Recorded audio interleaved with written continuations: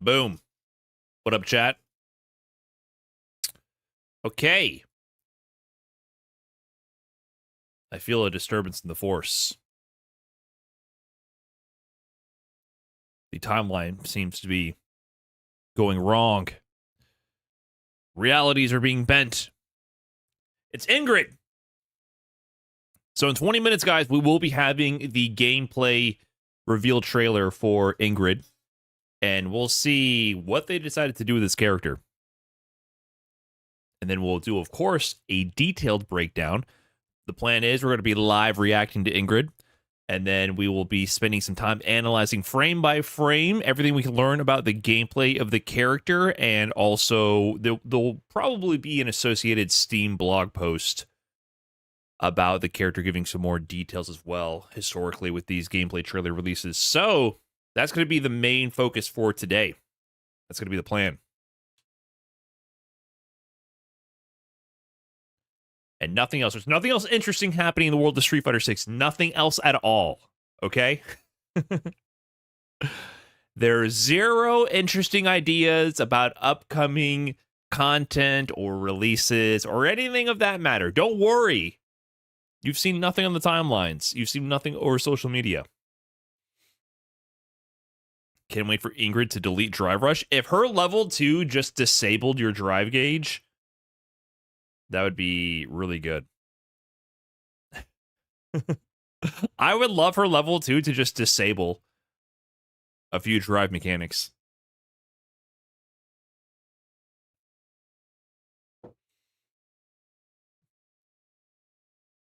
I force you to play neutral. She casts a spell really quick.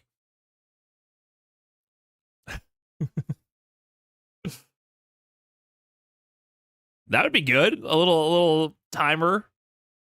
Give me like 10 in-game seconds. 10 in-game seconds. I hope she's the Menard function. She's going to throw out the little guy. What's this little fella's name again?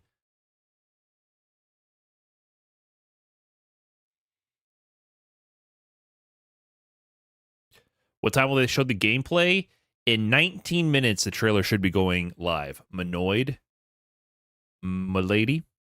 I hope she's a grappler. That is also acceptable.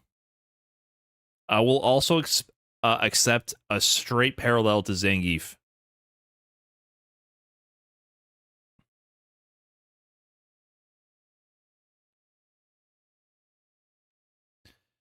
JP 2.0? I don't think so. I would be very surprised.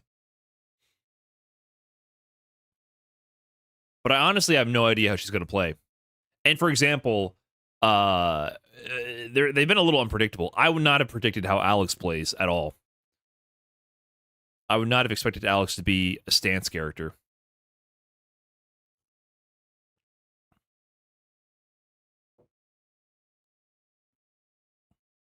Predictions on release date? Is it generally within a month once they show the gameplay trailer, the character comes out? Like 4 weeks? Charge character? I highly doubt it, dude. I highly doubt it. They've been doing everything in their power to make sure we don't have charge characters. Oh, and I do have something interesting to announce, I suppose. We'll get to that after the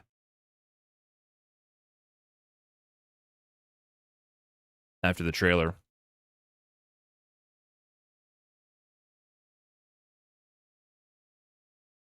My Letskin brother. What up, Vaughn? Hey, man, I got my tan going. How you doing? Well, should you have a low forward? What's that? You mean a 2MK?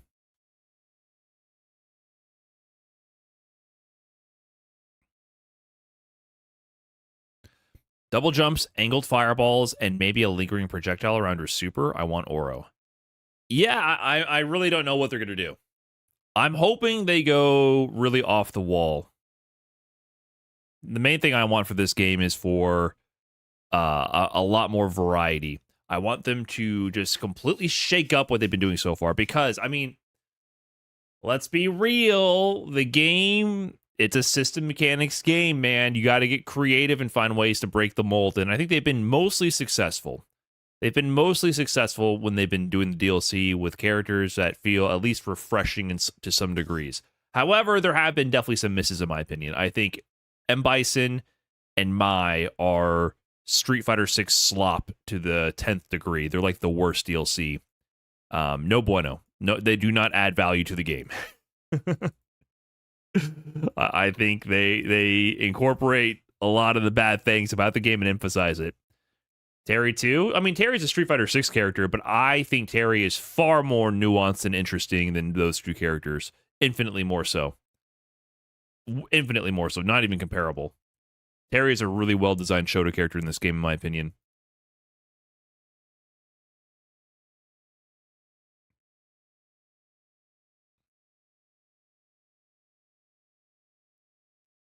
So they've been pretty successful. I mean, Sagat rides that line. Sagat's a little too over-centralized with the standing medium punch.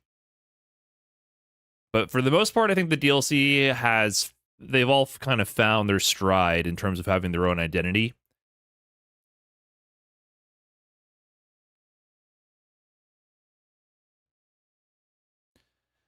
How cool is Terry, by the way? Like, what makes Terry cool? I mean, he's a Shoto character, so he has a lot of the basic game plan elements of drive rush, low forward, drive rush, fireball, anti-air DP, but his combo routing and his pressure structure is pretty deep, I would say.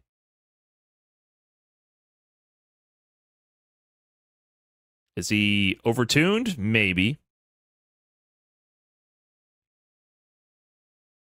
But I like that he's not he has more depth, basically.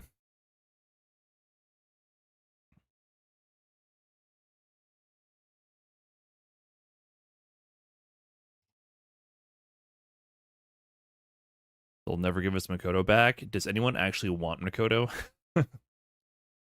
You know what's been funny? It's been funny seeing how much grief Alex is causing more casual players.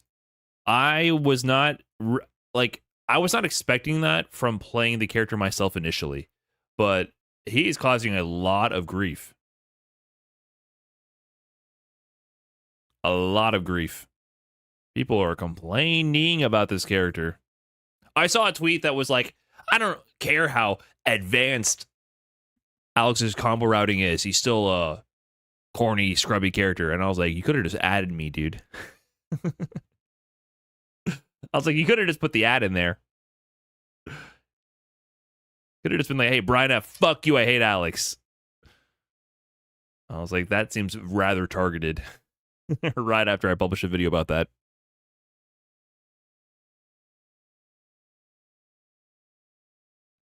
I found Sagat way more annoying. I find any character that can spam the same sequence in a row far more annoying. Sagat standing medium punch, Honda standing medium punch. I find those types of interactions infinitely more grating to me. Jury 5 MP? Yeah, but at least Jury, she can't do it back to back. It's just good. She has to walk up to repeat the sequence. Which ones? No, Sagat and Honda. I find Honda's whole flow and Sagat's whole flow to be a little one-player mode.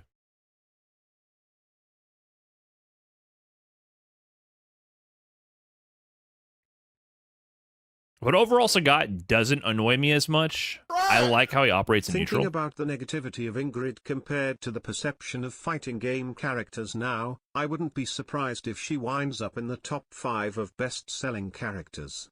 They said I really don't give a Shao shit Kahn about must any of win. this. Nah, Ingrid must win. Whatever fucking weird agenda you listen, I really do not give a shit about any of this. I gotta be quite honest. Wrong stream, man. I don't care. I really don't care. I didn't know about this character before Street Fighter 6. I'm learning about them now. I want to see if they have cool gameplay. I don't... Listen, you don't have to be so defensive about whatever you like. That's all. That's the only thing I've noticed about fandoms on the internet is that there's just a huge element of insecurity with what you enjoy and sharing that experience online. And I think there's a common uniting factor where the thing that draws fandoms together is this insecurity about what you like.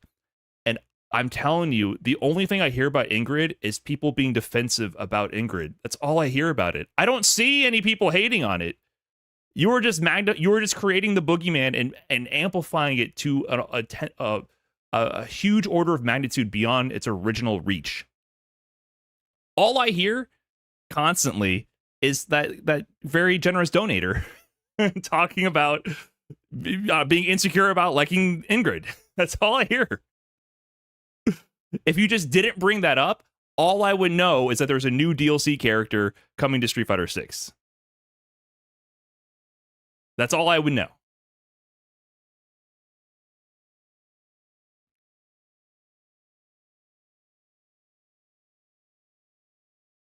But thank you. Appreciate the generosity.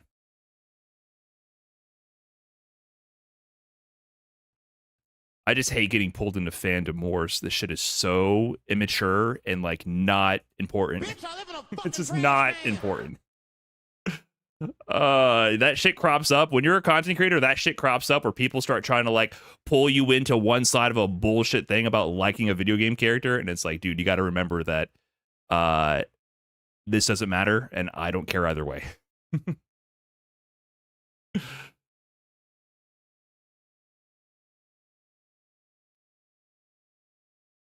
Why you gotta be like that? Lol, it's important to them. What's not important to me? It's not. It's just not.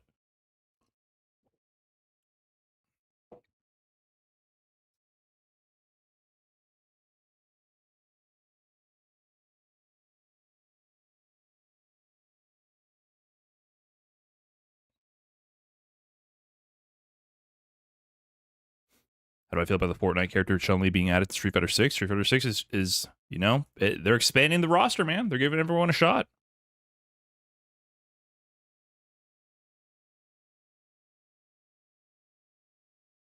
She reminds me of Katamari. Yes, that is the one parallel I see. I definitely expect Menard here to be like the little Katamari ball that Ingrid is like using her psycho wizard powers to control it while it rolls around and starts collecting objects and increasing scale as it takes over the world, and that's how she shatters dimensions.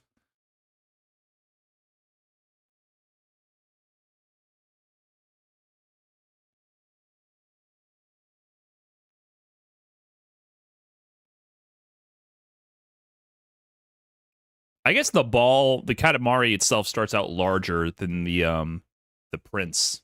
Does the prince have a name? Yeah, I guess it starts out larger than him, doesn't it?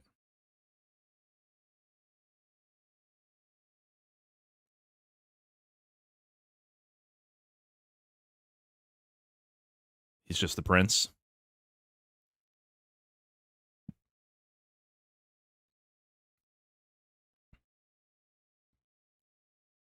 Great game, the first one. I never played any of the other Katamari games, but I finally got to play the first one when they ported it to Switch. Does Brian speak of leaks? What leaks? The only interesting thing happening in the world of Street Fighter 6 is obviously Ingrid.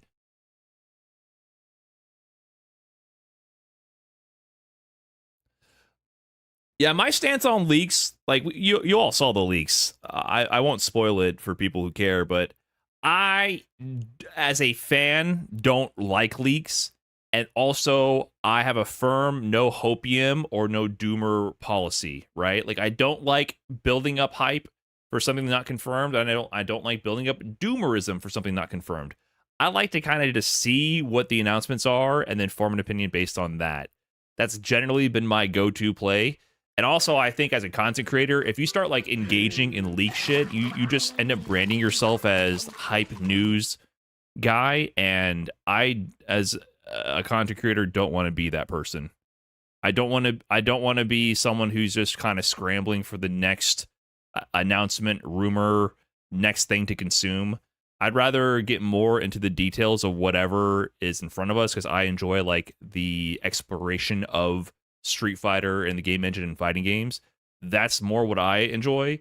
And so generally I just don't engage in that stuff because it would be very popular to do, but it ends up being like a constant state of consumption and looking for the next thing. Which I mean, it's cool to have new stuff. Obviously, we have a new character coming out. That's fun. That's exciting. But I'd rather wait for the official announcements.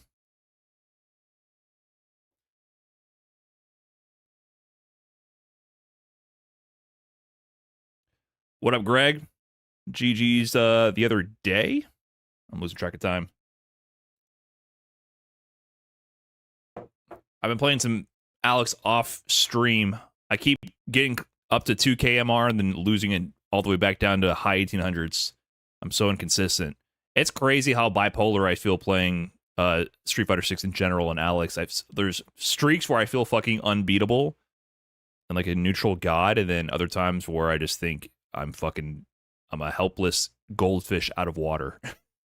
Just getting throw looped and beat to shit, and I don't feel involved. Fun game.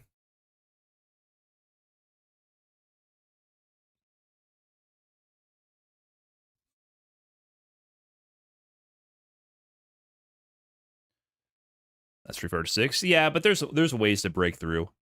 Honestly, like I really do appreciate the neutral capabilities of, you know, the really high level players. That is honestly the difference maker in terms of their consistency.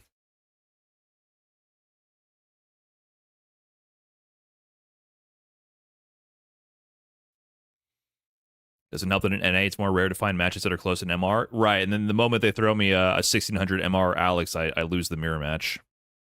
I'm contractually obligated to lose every mirror match.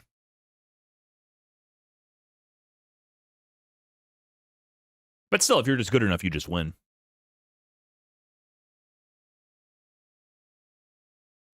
Has every season been leaked? There was a leak for this season, but I think my memory is there was like 2 different waves of leaks. But you got to keep in mind, like the way I look at leaks is I kind of like I pretend I don't see it, but I see it. You know, I don't go sniffing around for leads.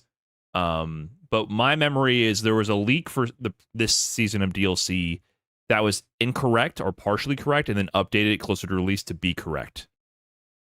So I think there has been a history of some percentage of hits on the leaks.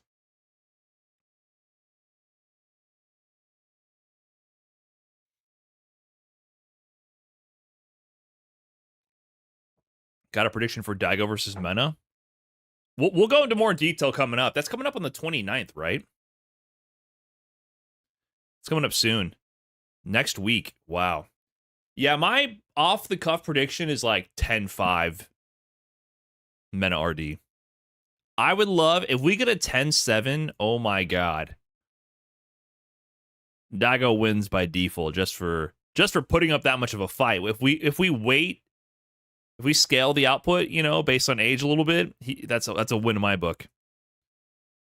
5 for Daigo. I do not believe. I believe. Listen. I'm with you. I believe. I see chat saying on YouTube. I guarantee you, YouTube chat is going to be far more biased for Daigo, and then the Twitch chat will be leaning towards Mena RD. We'll do a poll. The trailer's going to start. That's actually pretty funny. That would be pretty funny to do a poll between the 2 different communities. I guarantee you, YouTube will be all in on Daigo, and Twitch chat, because they actually watch the game and play it, will be like, you know, more realistic. But if Daigo puts up 7 on the board, I'll be a happy camper.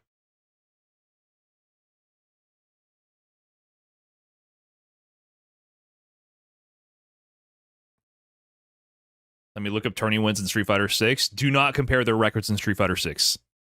Do not compare their head-to-head or tournament statistics in Street Fighter 6. Do not do it. You will be sorely disappointed. Do not do it. Daigo has not won a single tournament in Street Fighter 6. Aside from Street Fighter League, the team tournament. He has not won a single individual singles tournament for the entire lifespan of the game. He did not win that World Warrior. He got second to Hibiki Lily.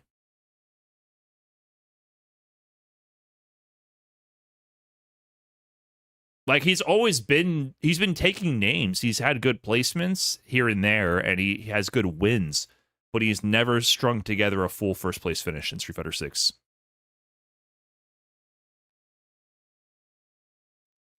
If Mena goes Luke the whole way, I can see Daigo getting 5. That's disrespectful.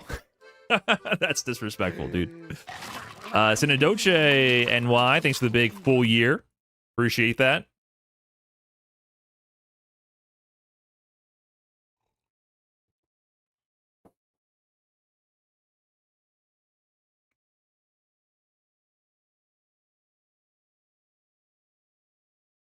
Okay, 60 seconds.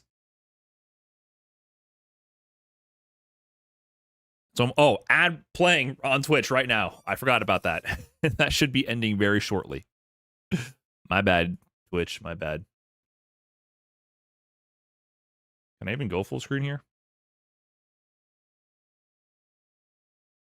About to start very soon. I'll record an intro right now. YouTube, it is time. We finally have the Ingrid gameplay trailer here. I'm going to give a raw first-time reaction to the trailer right now, and then you know what we do. We're going to go into painstaking frame-by-frame detail to break down everything we can learn about Ingrid's gameplay in Street Fighter 6. So let's get into it. Boom. First take, Jake. That was clean. That was clean.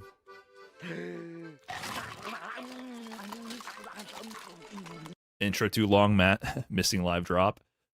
Intro too long. Retention graph. Bitch, I live in a fucking trash being destroyed right now. Come on, Premiere. Whatster. Shoryu Kevin. CLFJC. Clairvoyance. Thanks for the 2 months. Thanks everybody for the resubs. We got a minute or two here, guys. It'll be okay. Will be okay.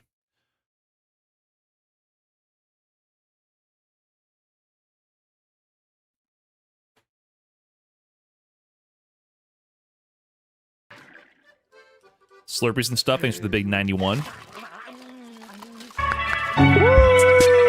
Woo! Hope you guys didn't like hearing. That thing always gets you. Oh shit, Sugar Armor 8 with the gifted sub to Cloud. Appreciate that, man. Duncan Cloud, where we all know he belongs. Yeah, hope you guys didn't enjoy having functioning ears. Don't worry, you didn't need them anyways. Just listening to me yap on the internet anyways.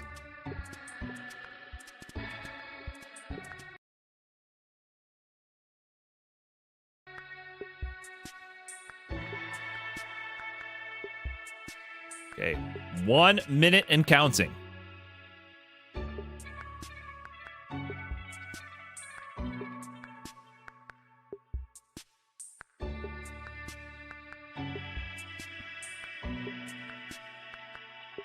It's almost time.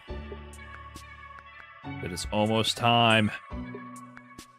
She gonna get a teleport move? I kind of hope she has like a flight. Something interesting. Biospark 286 with the 35 months. Appreciate that. Mic mad low. Is my mic mad low? This song is just mad fucking loud. It's just the loudest song ever recorded. I don't know why they do that.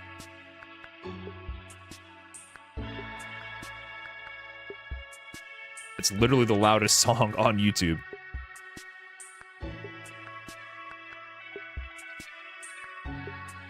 Okay. Here we go. Ingrid gameplay time. Let's see it. Let's see it.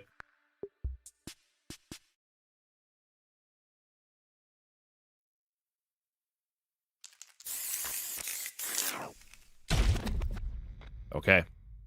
What am I? I don't know. am many things. An extra-dimensional being, a peacekeeper, a guardian angel, a code holder. A little creepy. A little creepy, not gonna lie. Ingrid! Hi! Flies on in. Okay, floaty move. Projectile in place that floats and controls screen space. Overhead. Oh. Bonk. Okay, so she has the floating projectile. Teleport with the projectile mix. Big ass jump magic normals. Absorb. Oh my god. Okay. Absorb fireball into laser beam full screen. Teleport.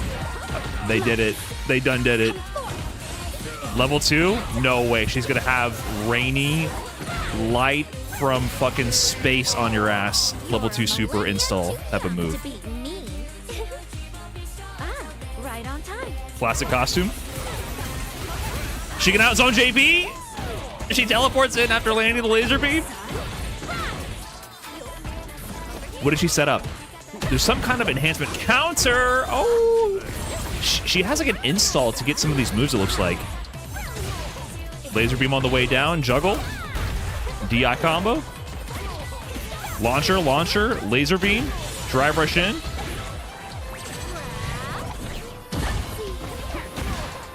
I think that's an overhead.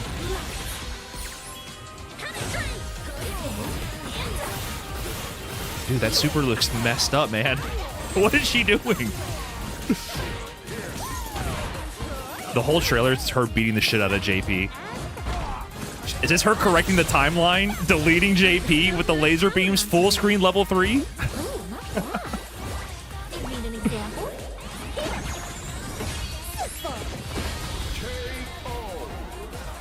She's actually a wizard. Oh! He's gone? I can't say no to this. Off I go. What? They done did it. They done did it. I forgot I have an urgent matter. You, babysit this one for a while. Come on. No way. You can actually swap out with Menard. You guys are right. Puppet character. Install character. She can swap out with Menard.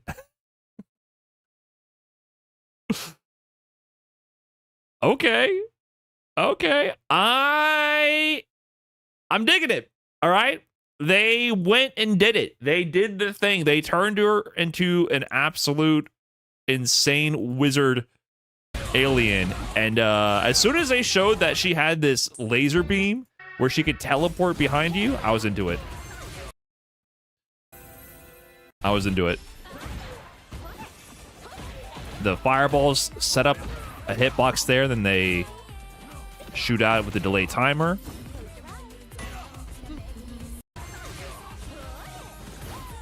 Yeah, fireball with... It's maybe like a command dash. Up fireball, command dash up. The fireball puts them in block zone, lets you approach from above. A little bit of a guile zoning pattern as well with the flash kick style move. This is crazy. The jumping is insane. She absorbs a projectile, shoots a laser beam, teleports in. Wow. Okay. Well, we're going to go ahead and pause there with the reaction. I am actually impressed. We're going to go ahead and do the detailed breakdown and be right back with the full frame-by-frame breakdown of everything we can learn from this trailer. Boom. Okay. Okay. I like how that she's just deleting. She's just straight up deleting JP from the timeline. Okay, here's the deal, chat. We will be breaking this down. Give me a second here. I'm going to be uploading this footage already to throw over for the edit.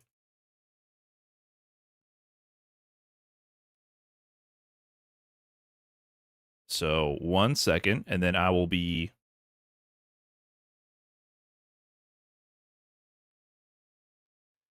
breaking down the trailer.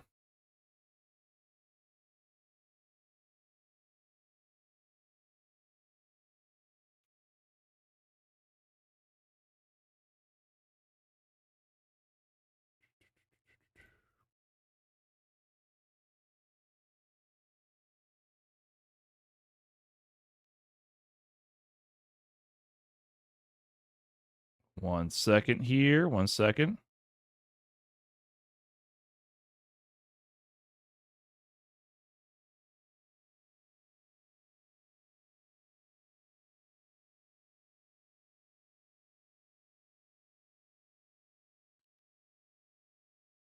Oh, Easy Freezy spying right now.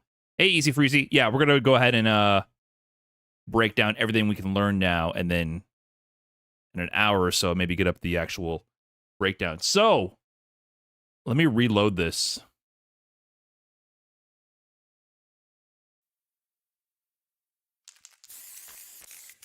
She's going to beat Lily 10-0, you think? Dimensional holder. Let me know when you guys, if anyone has this Steam blog post. Ingrid. Greetings. So this is a low crush. I don't think this is an overhead. Interesting first normal to show. Definitely seems more like edge towards heavy punch.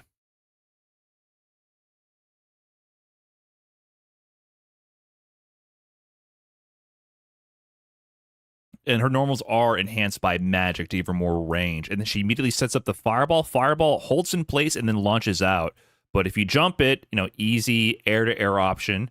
So they don't even do the DP. It's like a jump, medium kick, heavy kick type of juggle situation. And they're popped up. And she gets a sweep knockdown from that. So whip punish, that looks like a heavy kick. I can't tell if this is a special move cancel or like a target combo. Or maybe she just has a two-hit heavy kick. Who knows?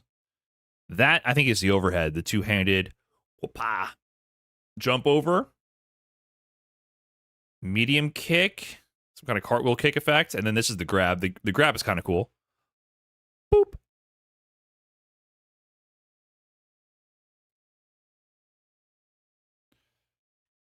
Okay. Whatever. She's dancing. Fireball. So, yeah, what is this?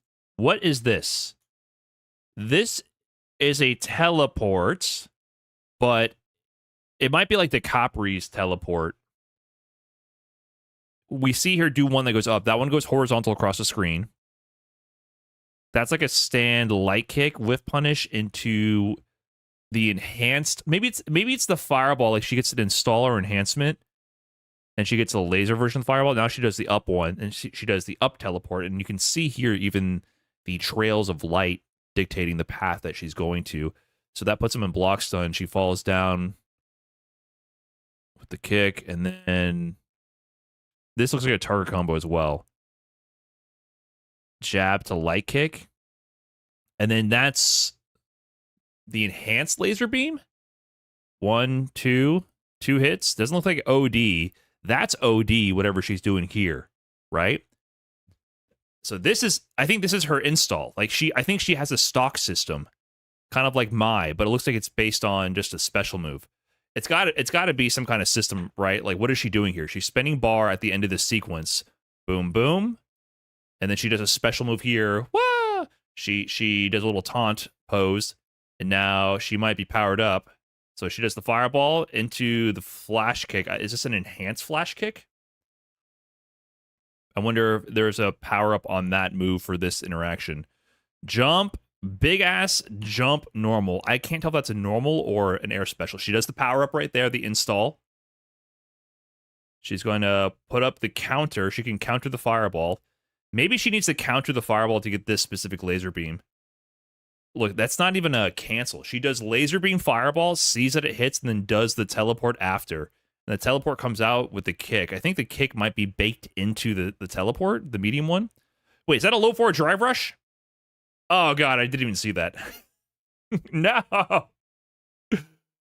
You were supposed to correct the timeline. You were supposed to correct the timeline. Does not look like it has much range, though. Okay, stand MK or something. And then that target combo launcher, but this time she goes into level 1. And so level 1, she just like flash kicks you. Doing some gymnastic shit. Just Space Wizard gymnastics, no biggie. Falcon kick at the end. Teleport back. So she has a teleport forward, a teleport up, and a teleport back. That is that just her jump heavy? Her jump heavy looks crazy. So this time she does jump heavy into, I'm guessing this is like stand MK. Maybe it's stand heavy kick, I'm not sure. And then this is her level 2. Her level 2 is nuts. She has teleports. We've confirmed that. Her level 2, like, this is like JP. So the level 2 will rain down from above projectiles. 1 in the middle, 2 in the middle, 3 in the middle. Is it homing? I wonder if it's homing, or is it only in the middle? Meanwhile, what is she doing? She activated level 2. It sends up 3. Yeah, you can see her shoot up 3 laser beams. So she goes crouching jab into the twirl special move launcher. Yeah, maybe that's a heavy version of her flash kick move.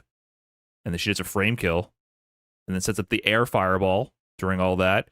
It launches. She does the heavy version again, which has the twirl into the flash kick ender. And that gives you a jump heavy punch? I don't know. I still don't know what that move is.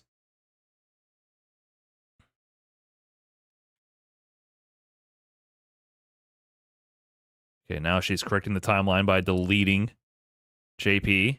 Fireball clash. So this confirms that this fireball does have a hitbox on the way forward, which is good to know.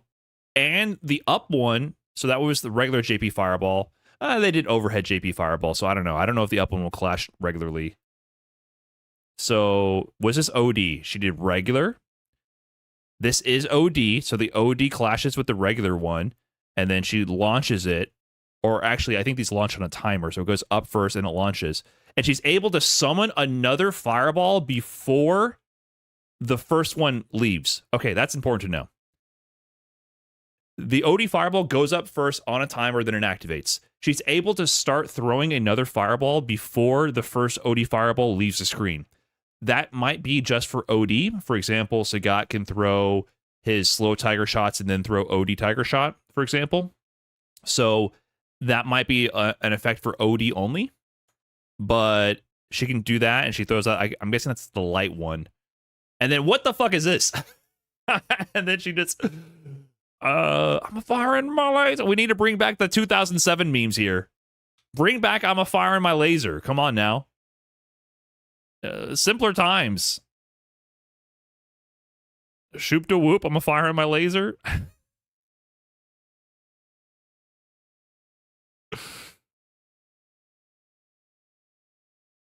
What? How does she get this? I'm still not sure what this move is. It's OD, whatever it is. I wonder if she has to have out a projectile on the screen like that. But Jesus, she just fucking deletes JP and teleports up. Falls with the heavy kick. I wonder if the moves out of the teleport are required. I'm not sure. Then she does like the DP. That's her DP motion. She twirls and then she goes for the DP finish. It's like one move. See right here, twirl, and then it goes up. That's one special move. Yeah, maybe a stock system. That's like a crouch heavy or a crouch medium. Big button, maybe a crouch heavy. Crouch heavy, whiff punish into maybe the heavy twirl DP special move.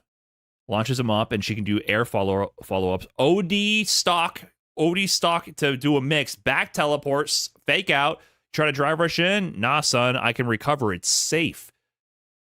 And then she does a counter. You're trying to continue your offense. So she can build her stock after this, after her DP. She can maybe extend by burning bar to get her stock going. And then it's plus enough for her to just get the fuck out of there.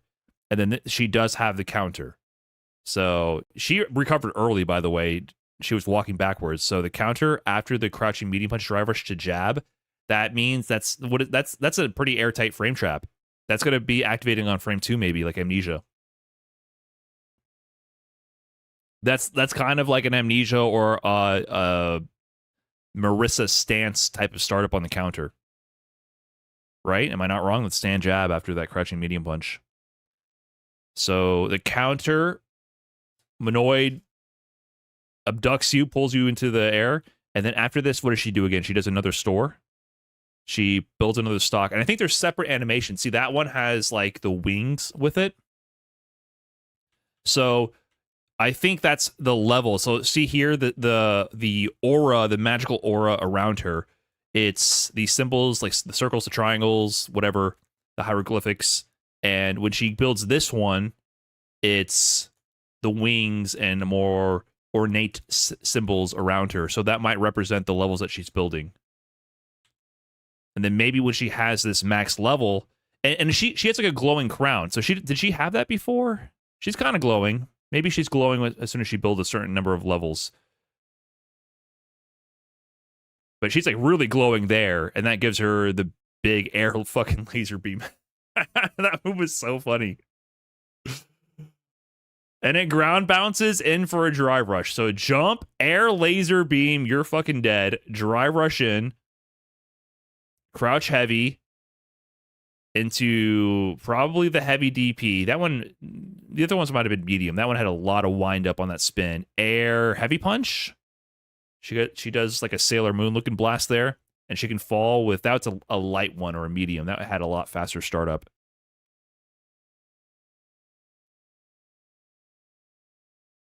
Okay, DI. A dash in. She has a launcher, laser beam. So maybe the laser beam is just, I don't know. I'm still not sure if the laser beam is related to the projectile or not. Drive rush, medium kick or heavy kick, and then her level. She did level 2 here, right? No, this is level 1. Or this is level 3? I'm actually lost now.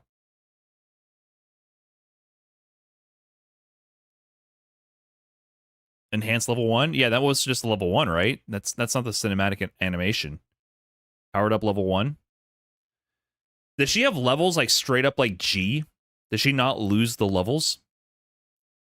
Where's that blog post?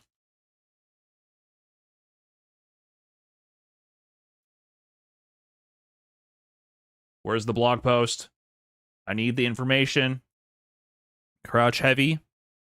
OD spinning ballerina DP. She cancels it to level 3 before it launches.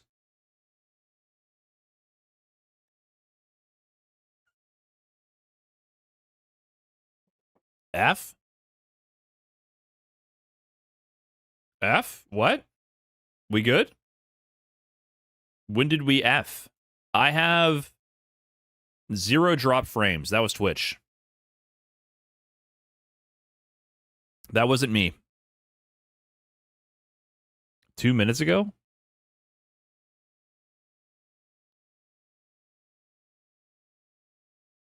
Did anything... It was on YouTube also?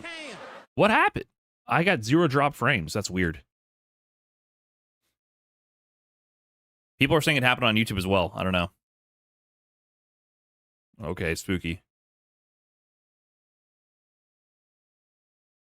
So let me see what's going on here. She does OD after this. Burger the Turk with the big 21, thank you. And Christ's sake, PE with the 21. And Jay Godfist with the fresh prime. Thanks, everybody. So this is an enhanced level 2, it seems like. How many hits did she put up? She did 3 originally. 1, 2, 3. It's still 3. 4. She did 4. We got the blog post. Thank you, Eagle Bro. Check that out in a second. DP move. 1, 2, 3. And they have 2 hits. 4? Yeah, 4. Oh, well, and then she's 5. And then she's just leveling up down here. What is she doing down here? So this whole time, she dashes over, back dashes, pose. That's an OD pose. She gets the circle runes. Now she's going to get the winged runes, right? And then she still gets the towards heavy punch, maybe? Into the OD air thingamajig. OD air laser. And then she does grounded laser. So she built 2 stocks. Teleport over. And I think it feels like the horizontal teleport always results in the kick, right? The air one, they're always falling down with that kick, and then this one, the mid one, they're always falling down with this kick. So I think those might be set attacks out of the teleport. I haven't confirmed that yet. And then she's going to set up air projectile. Oh, we haven't seen that. She has a fake out. I didn't see that. She has a fake out. He's holding parry. The other air projectile went diagonally down at a 45-degree angle, which obviously you might want to parry to preserve your drive gauge, right? But then she just drive rushes in. JP's dumbass over here is whiffing parry, and then you just drive rush in and get the grab. So she has a different variation of the projectile that doesn't actually go downwards. It's not a tracking projectile. You probably set the version that you want. Back throw, teleport backwards to bait out amnesia. So yeah, I'm guessing the teleport is going to be a set attack, and like this is she's like Wizard Alex. She's basically doing the stomp, I think. She's doing stance into prowler stance into stomp. And that's why JP wakes up amnesia here, thinking it's going to be either the air one or the horizontal one to get in, probably for plus frames. And then she just back teleports instead. You whiff amnesia, dumbass. Bogoosh! Big ass laser, flippity floppity through, double laser after the dash, and then convert full screen into level 3. Yo, that's kind of creepy in slow-mo. Yeah, she's kind of creepy. She's kind of a creepy wizard. I do get the sense that she's kind of toying with you. And that if she wanted to, she would just delete you from this plane of existence.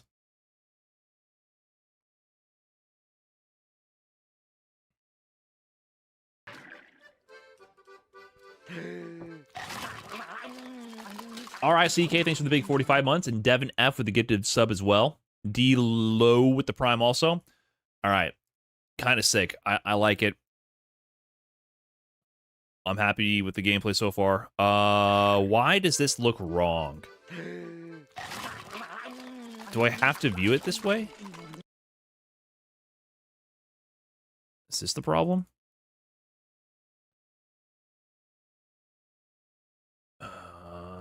Hold on.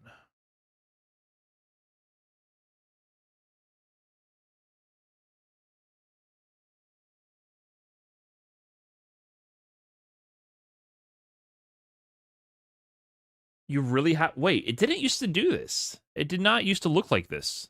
How can I go to the full screen version?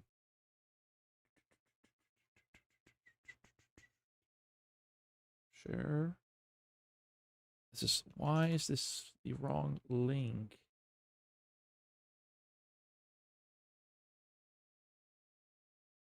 Every time I browse to it, I'm getting this.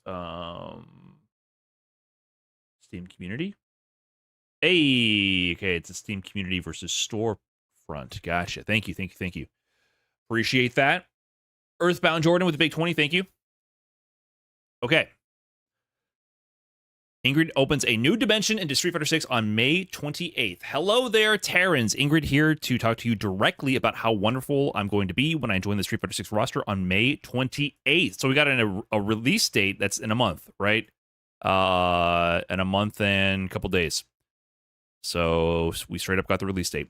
Wow, we're already on the 6th installment. Feels just a few seconds ago when I graced you with my presence, albeit not in any mainline series. How do you Terrans say it? It's been a long time coming, and some obsession with the number 6-7 that you all started saying. Sigh. Terran civilization has a long, long road ahead of it. Okay, moving on. I, Ingrid, the extra-dimensional woman of mystery, first appeared in Capcom Fighting Evolution in 2004, and then tore another fabric of reality to Street Fighter Alpha 3 Max in 2006.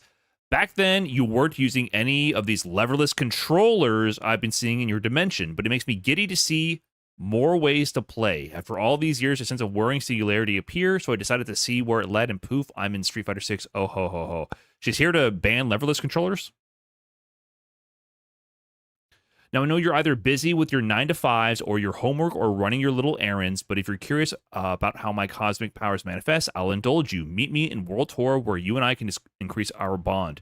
Don't worry, I'm going easy on you Terrans. If I use the full extent of my powers, you wouldn't exist to read this blog post on something called Steam. There's way too many fourth wall breaks. Is that her whole... Is she Deadpool? What is this? Is she Capcom Deadpool? Did I miss the memo? Let's start with the sun shot, where I shoot a dazzling ball of light in front of me that briefly stops before launching away. like your hopes and dreams. What? She's a little creepy, man. She's kind of creepy. She's very creepy.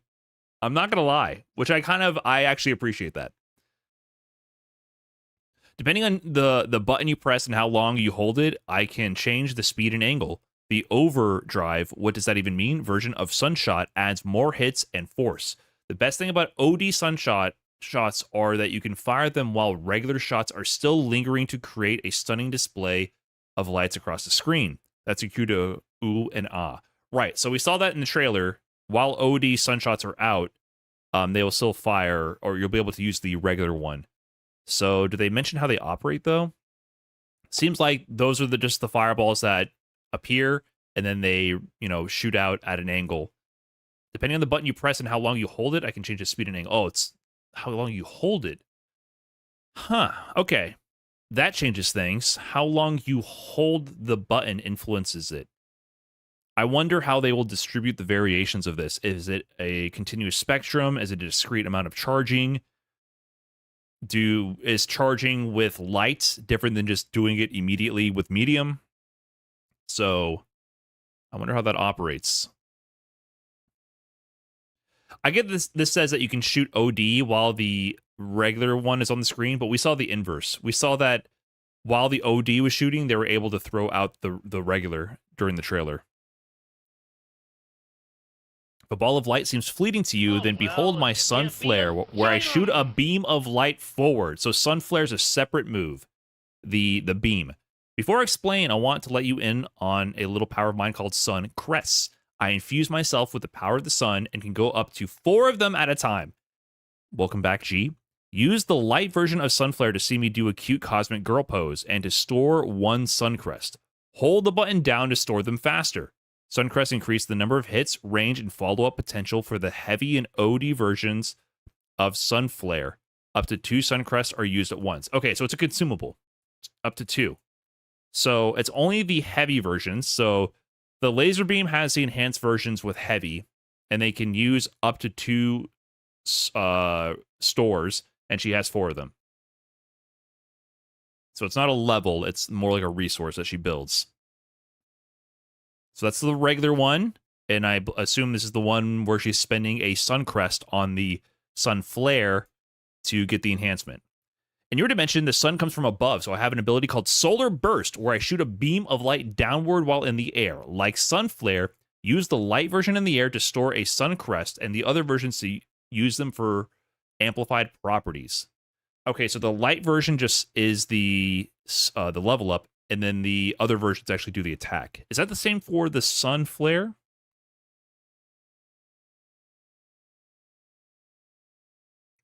Oh, I misinterpreted this.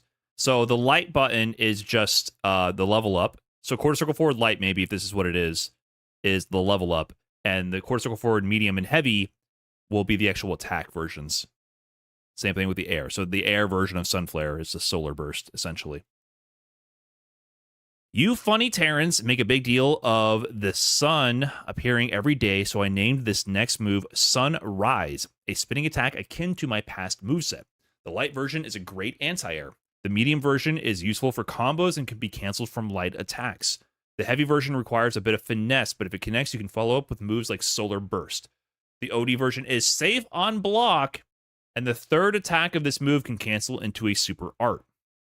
This does not sound like an invincible reversal.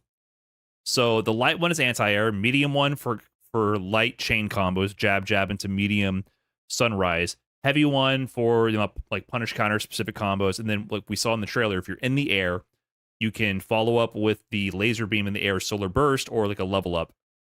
And the OD version is safe. So it's not going to be an invincible reversal. It's just going to be a special move that's safe.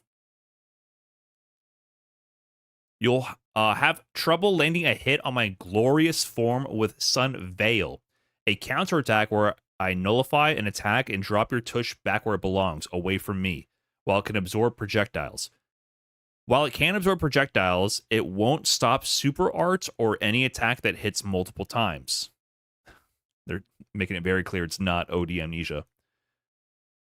So it only has 1 hit of durability. The OD version comes out much quicker, and it's a great option after getting knocked down. In case you're wondering, I'm letting you knock me down. She's just pretending to lose the fight. Okay, so it can absorb projectiles, but it can't stop super arts, which is a unique advantage over Amnesia, for example. Amnesia loses to meaty projectile pressure. I don't know if... It sounds like it's going to lose to things like Akuma Charge Fireball Meaty, though, because it doesn't work on any attack that hits multiple times. So it won't stop all of those. It's going to be significantly weaker than Amnesia, basically. But it'll have a few unique applications. And we'll get the exact frame data. They say OD comes out much quicker. We don't know exactly how fast that is. Just like Viper?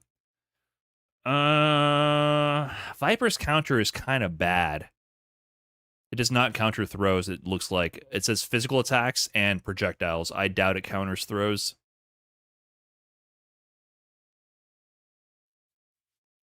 One last special move, the Daring the Dramatic Vanishing Sun. I can teleport with 3 options to really keep you guessing. Pressing forward teleports me forward with a kick attack and is safe on block. Okay, we saw that. So it commits to the kick attack, the 2-hit kick attack. Pressing down teleports me above you where I unleash a downward attack. Okay, so yes, you are committed to the actual attacks when you do the teleports, the ones that approach. It's not really that fast coming out, but on the flip side, it's plus on block. Pressing back teleports me away from you so I can observe how silly you are from a distance. Right. Okay. So that's the mind game. If you see your teleport, you can either try to parry it or check it. She's committing to the attack, but she can back teleport to bait out your parry or DP or whatever you might be trying to do. So that's the mix up with the teleport. Yeah, she's committed to the attack. On to my super art, starting with my level 1 Shining Sun, where I attack in a series of magical kicks. It's invincible in startup, of course, as so many level 1s are. The best part is I'll expend 1 Sun Crest to power up the attack. But if I have multiple stocked up, I can hold the button down to use up another to wrap you in ribbons of light. Yes, that means more damage and I end up on the other side of the screen. Oh, I didn't pay attention to that. So it changes the Oki situation. So if she wakes up with a level 1 with the Sun Crest available, multiple, she can get a level 1 that actually like gives her good screen positioning, not just like a reversal to survive. Kim level 1? Yeah, I guess kind of like that, spending the can resources to enhance the level 1.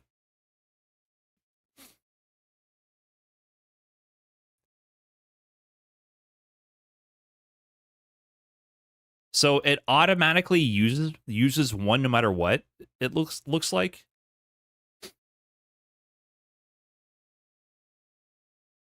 Sounds like it automatically uses 1 no matter what.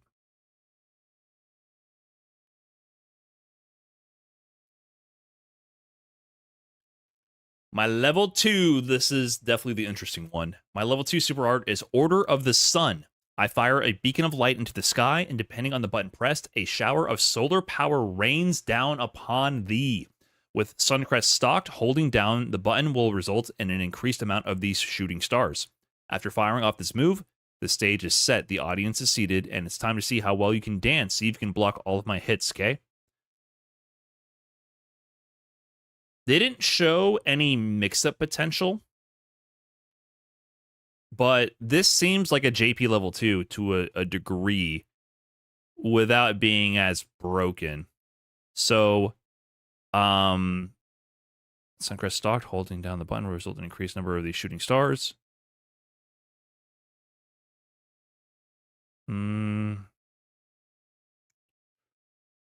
What I'm thinking is, how big is the gap between the hits? It doesn't sound like these projectiles are going to have high hit property like JP's level 2 projectiles do, which is insane. I would imagine that these just hit mid, but if you try to parry all the hits, there's going to be a gap where you can get thrown. That's what I'm suspecting here. So you do have a deterrent from just holding parry the whole time. And she does have a normal overhead, I believe, based on what they showed in the trailer. And she also has teleports, right? she has the high teleport. She doesn't have like a forward teleport really. She has the teleport that comes in with the jump attack. I'm sure she could like high teleport in and then jump over your head if you try to tech a grab. I'm imagining she sets it up, high teleport in, comes from above, lands in front of you. If you hold parry, she can grab you, or she can just hold up forward and then you whiff your throw tech, and then the projectile comes down from above and hits you, and she gets a combo. So I can imagine there's going to be like a critical strike throw mix up with the parry mechanic there. That's what I can imagine already. Finally, I can show off my true power with my level 3 Cosmic Ray. I can fire this off even on the other side of the screen, and it connects. If it connects, you'll get a glimpse of my ultimate powers. Yeah, full screen level 3 that she can combo in from projectiles from full screen. Outfit, purple uniform. Let me get the script out real fast and read it out loud. Ahem. Owners of the Year 3 Ultimate Character Pass will have the Woman of Mystery unlocked when she releases on May 28th as the final character of Year 3. All 4 characters from the pass will have their outfit 3s come out at the same time. Guess that's it. See you in a few weeks. Bye, Onara. Okay. Oh, well, now we have to rewatch the replay, get the details. We'll take some notes and get ready for the one take breakdown. 1 second here.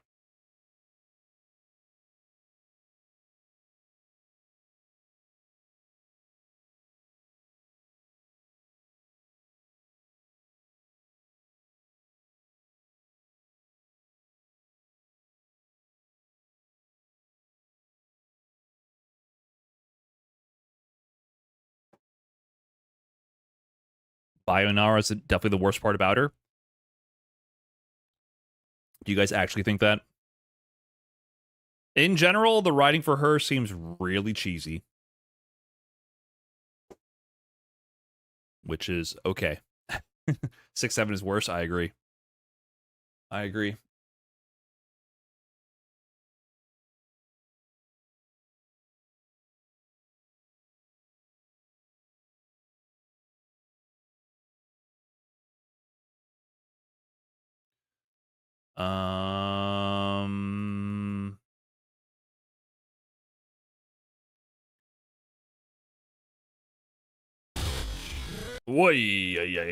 Okay. Frame by frame. Let's go. Let's go. So 30 seconds. What do we got? What do we got? Actually, you know what I should be doing? I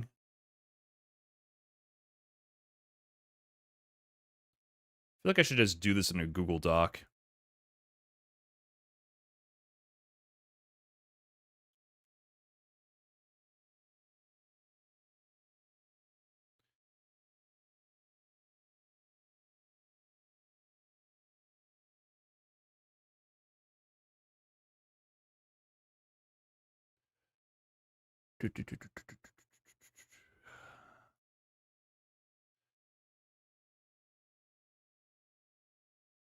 Okay. What is this opening move? We see this a few times. I feel like it's a towards heavy. Forward heavy punch. This is my prediction.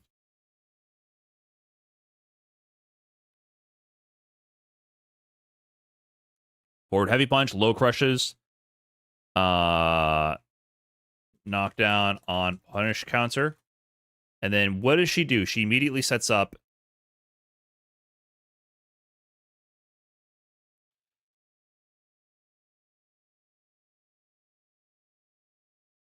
What is this again? This is called the Sun Flare. Sun Shot. Sun Shot. So she gets knocked down. Sun Shot. And then jump.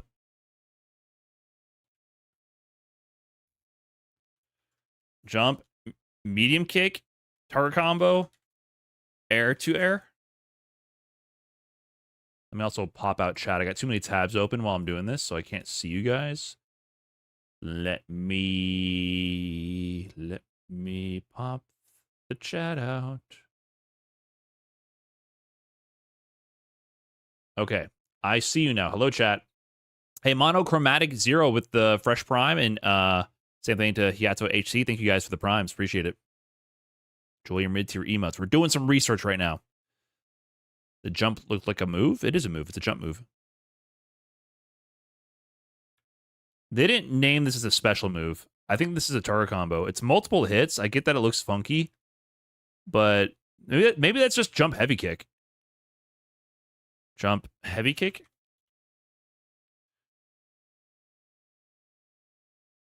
And to sweep.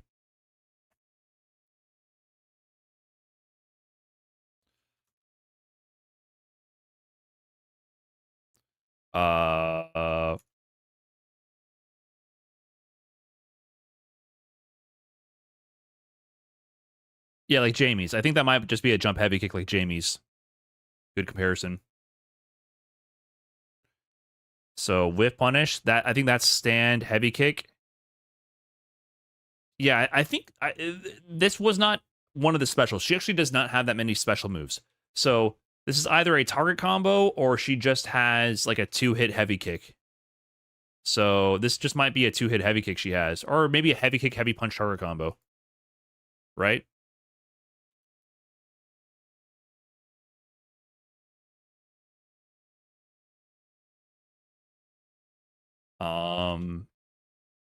Tailspin, knockdown. Is that what do we call this? And then this, I think, is the overhead right here at 37. This has got to be the overhead.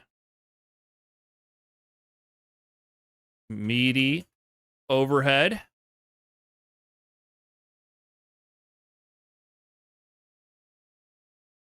It looks meaty, right? Oh, then jump. Jump MK cross up.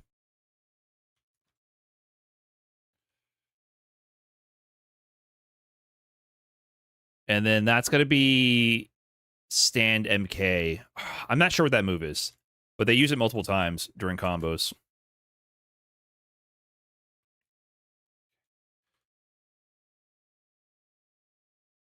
And then forward throw, reset.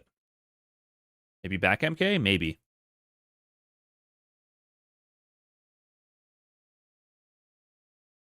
Okay, then we're off to 45 seconds, and this is when we're going to start seeing more of the sun shot and sun flare. So that pause. So she sets up sun shots, and then she does the teleport. The teleport is called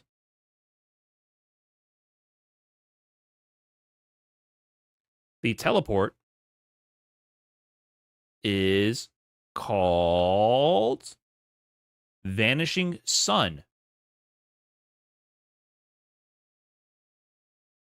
And you change the option based on the direction. Vanishing Sun teleport. Holding forward. Because that's how you get the actual forward attack right there. So the teleport can go through projectiles. This is a buffer. So this is basic baby laser beam. The laser beam is called the sun flare. So she does stand light kick. Stand light kick, XX, sun flare, regular, not enhanced. See, that's a little whip punish to the regular sun flare. Pew! Little laser beam. And then she sets up high sun shot. And then, is this an OD version of the teleport? No. Then,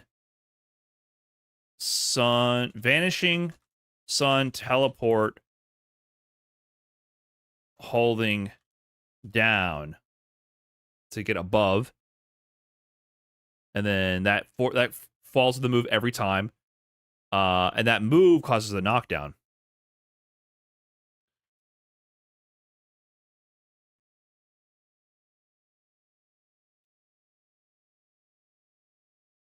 Right? That's not what. Yeah, they got hit by that. They get a knockdown. So I wonder if you can juggle there. Okay, this is they show this target combo more than once. But this is like, maybe this could just be, is that the same stand like against 47? No, it's different, right? This one, she's kicking up with her little skip with the left foot. Here, she's doing jab, twirl around with the back heel. It's a different move. But that might be a light chain. I'm not sure. Might be a stand light punch. Chain. Might be a chain here. Could be a target combo. It's harder for me to tell.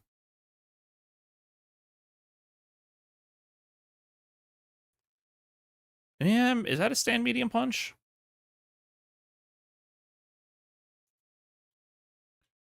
One, two, three, four, five, six, seven. Yeah, maybe stand medium punch.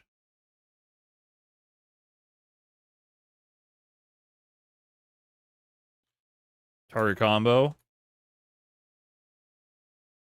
Into this is an enhanced sun flare. Sun flare, which is enhanced with a sun crest. This must be one sun crest, I'm guessing, right? What do you guys think? This is more particle effects than the one at 47. She does both hands. She kind of leans back with behind her shoulders.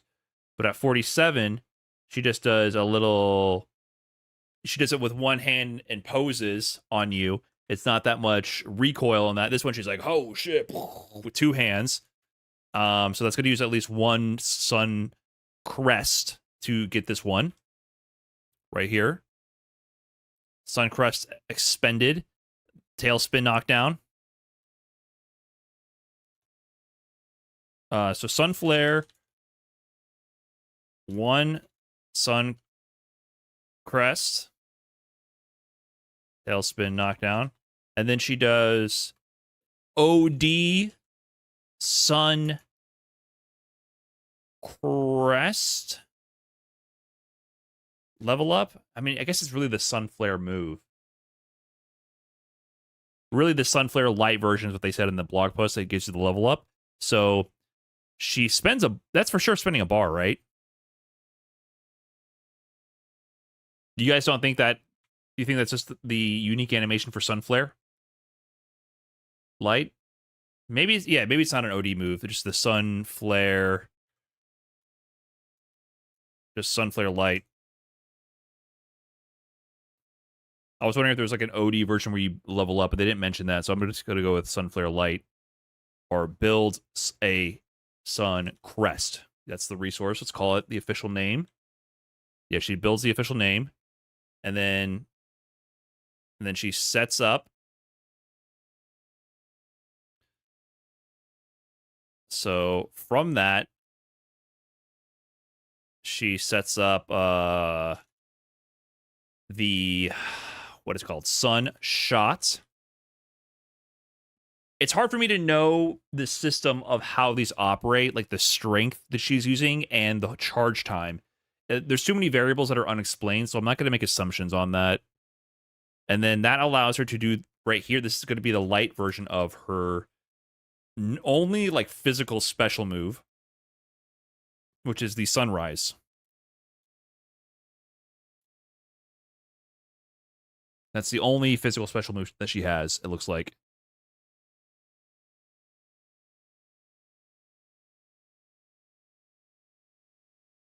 Could have been some flare heavy plus crest. Yeah, I'm not sure which if there's a difference between the medium and heavy sun flares, to be honest. So this is the air version of the sun flare. And do they call it sun flare? They call it solar burst. Air solar burst.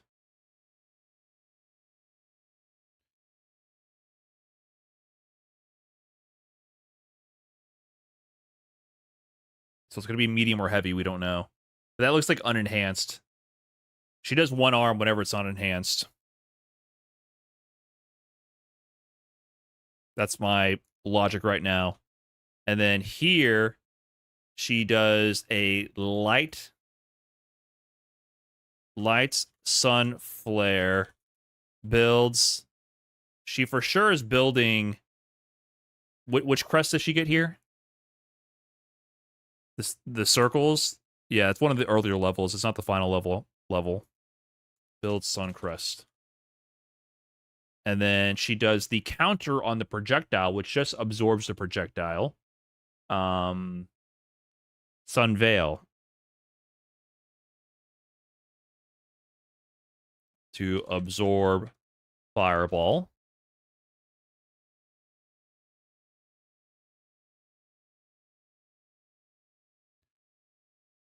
And then after that, she uses enhanced sun flare enhanced with sun crest, which is going to give her a crazy ass laser beam. This is at least, it gets a tailspin, so this is at least like 2, I would have to guess. It's hard for me to really pin down exactly how many crests this was, because we don't see that. That's the one where she goes like, huh, like this. Let me compare that to the earlier sun flare. So here, this is regular sun flare, one arm, right? Then there's going to be another sun flare coming up after this. So medium kick, medium punch target combo.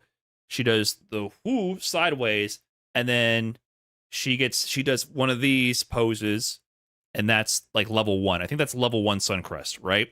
So here, she's going to get a different pose when she powers up here. She doesn't do the ho, she spins, and goes wah, and it circles. So this is level 2 sun crest at 55. I'm guessing this is level 2. Level 2 sun crest.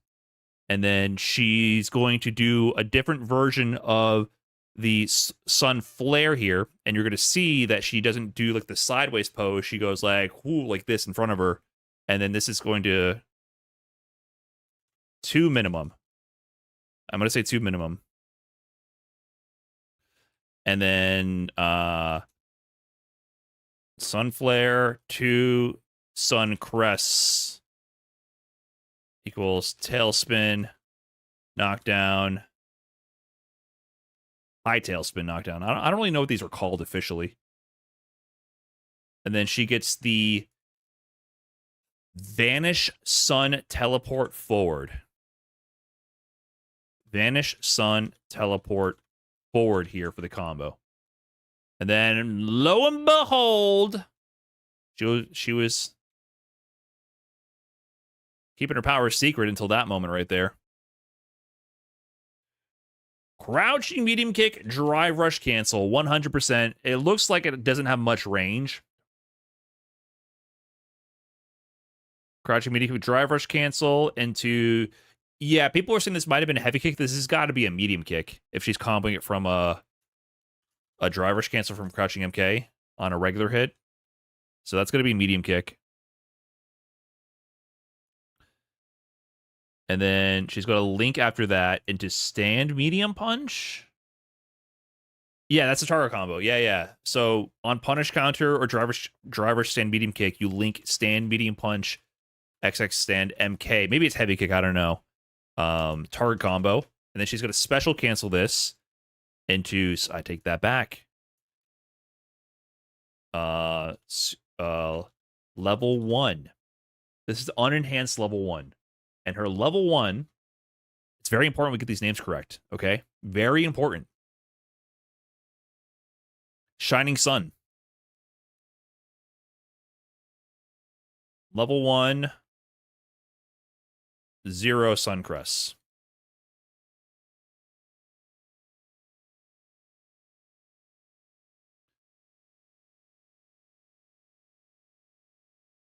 Okay, and then because the level 1, if we remember, is it'll expend 1 Suncrest to power up the attack. So I think it automatically...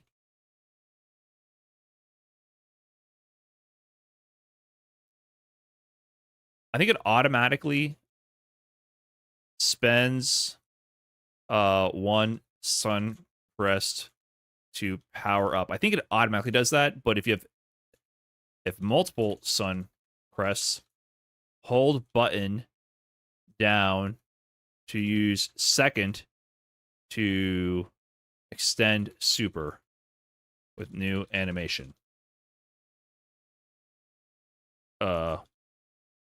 More damage plus full screen positioning.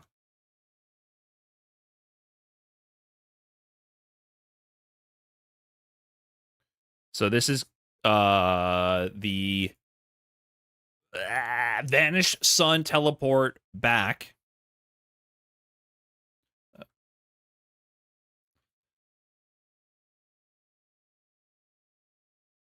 She teleports out of the way. So how fast does this start up? Is that what they're trying to demo here? That's a decent amount of startup, but it dodges the donkey kick. Jump. So I'm still a little confused. Is that her sun flare? Or sorry, the solar burst? When did I put solar burst? 54 seconds. Is that the same animation? Let me see the details. Yeah, that might just be jump heavy punch, right? So solar burst with one level, she does like almost an shooting an arrow type of animation. It has the circular crest up front. And then this might just be jump heavy punch. Yeah, there's no startup with the crest. That's just jump heavy punch. So she just has a massive range jump heavy punch. And that's stand medium kick.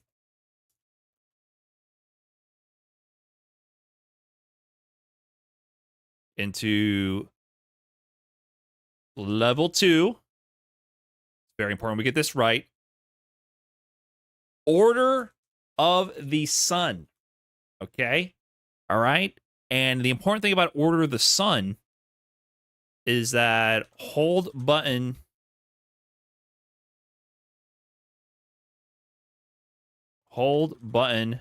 to use stocks to increase number of projectiles. And default 3 staggered projectiles from above. I think there are multiple hits.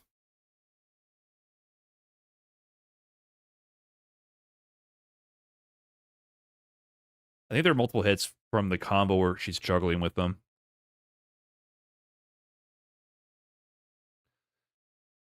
Okay, so the level 2 starting up, and then it's crouching medium punch. We haven't seen that move yet, I don't think.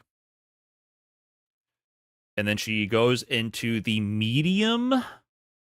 The medium sunrise. Medium sunrise. It's not heavy because the heavy doesn't combo for mediums. They mentioned the blog post. Medium sunrise launches them up 1-2, 1-2, 1-2. During this, she whiffs a light kick. Whiff, light kick, frame kill. They're getting technical. And then she does a sun shot, but I don't know. I can't tell you what version that is. Sun shot high, horizontal. Bitch, I live in a fucking trash can.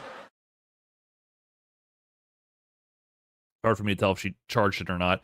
I'm guessing the heavy goes up at an angle, and if you maybe tap it and don't hold the button, it'll go down at the 45-degree angle, and if you hold it, it'll go out at the straight angle. That's what I would assume. That's what I'm thinking, but I don't know for sure. Ado go a dog go boom, and your name mixes me up every time. My man, I'm illiterate. Thanks for the 9 months. Add some capitalization, some punctuation in there. Please. Ado go boom. God, the name always destroys me. Appreciate it, though. Thank you. Okay. And then how does she pick this up? So high horizontal, and then that's got to be heavy. That's got to be heavy right there. See how, like, there's a big twirl windup? She's doing the heavy sunrise to continue the juggle. Heavy sunrise. So the first hits the twirl whiff, but then it hits at the end with the juggle, and then that brings her up in the air, and then she kaboosh, firing her air solar burst. And she's doing the right? So that's got to be at least 2. Minimum 2 crests. Minimum. And I think that might be it. They didn't explain the crest consumption, but maybe okay, you can hold up to 4 crests at once. I think some of these combos you see the maxed out laser beam used twice in one combo. So the maybe that's the idea, that this is the max level, level 2, so you can do 2 of them in one combo if you have all 4 crests stored, which would make sense. Yes, Solar Burst is the air version of the Sun Flare. Yes. Whatever, brother. I'm going to say air Solar Burst so it makes me remember that I'm talking about the fucking air move. I'm taking notes for me, man. God, please do not backseat my notation. This is for my brain to remember, so I can do a one-shot take of a breakdown of this. Bitch, But thank you. a fucking trash can.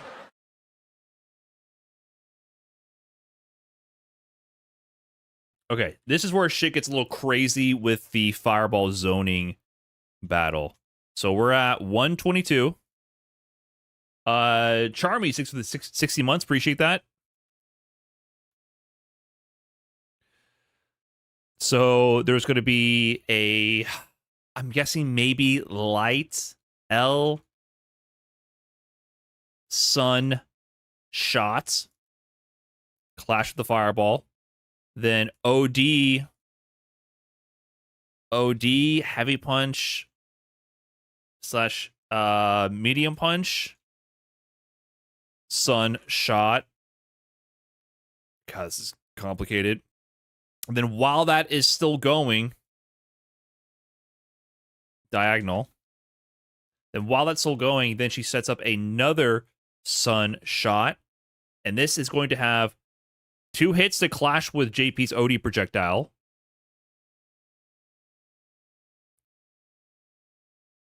Diagonal. 2 hits. And then she sets up another horizontal sun shot.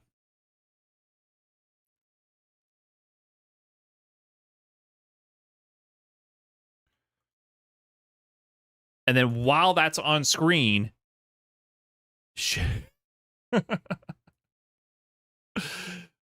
wait, is this the max laser?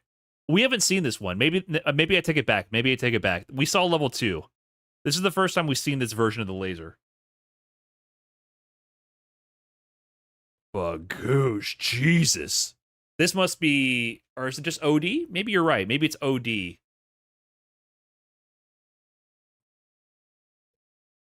And then OD Sun Flare. Enhanced? I don't know. So important notes here from this sequence. This is interesting sequence because while OD Sunshot is on there, she sets up a regular Sunshot.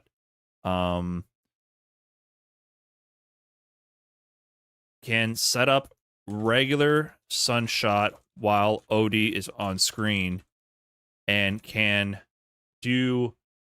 Let me check the rules. They said you can do an OD Sunshot while the regular is on screen, but they're also doing OD Sun Flare while the Sunshot is on screen. So let me check the rules again really quick on what they said on these projectiles.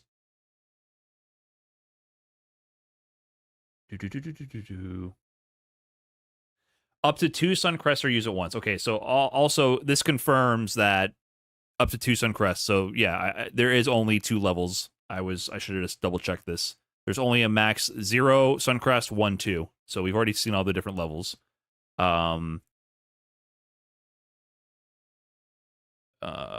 So for this one, the best thing about OD Sun shots are that you can fire them while regular shots are still lingering to create a stunning display of lights across the screen. That's your cue to go ooh and ah.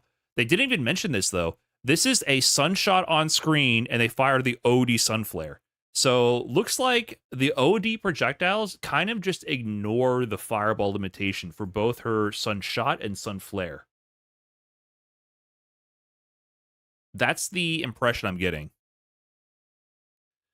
Like, OD Sun Shot and OD Sun Flare can be used when projectiles are still on screen, but also can also set up regular Sun Shot while OD Sun Shot is on screen.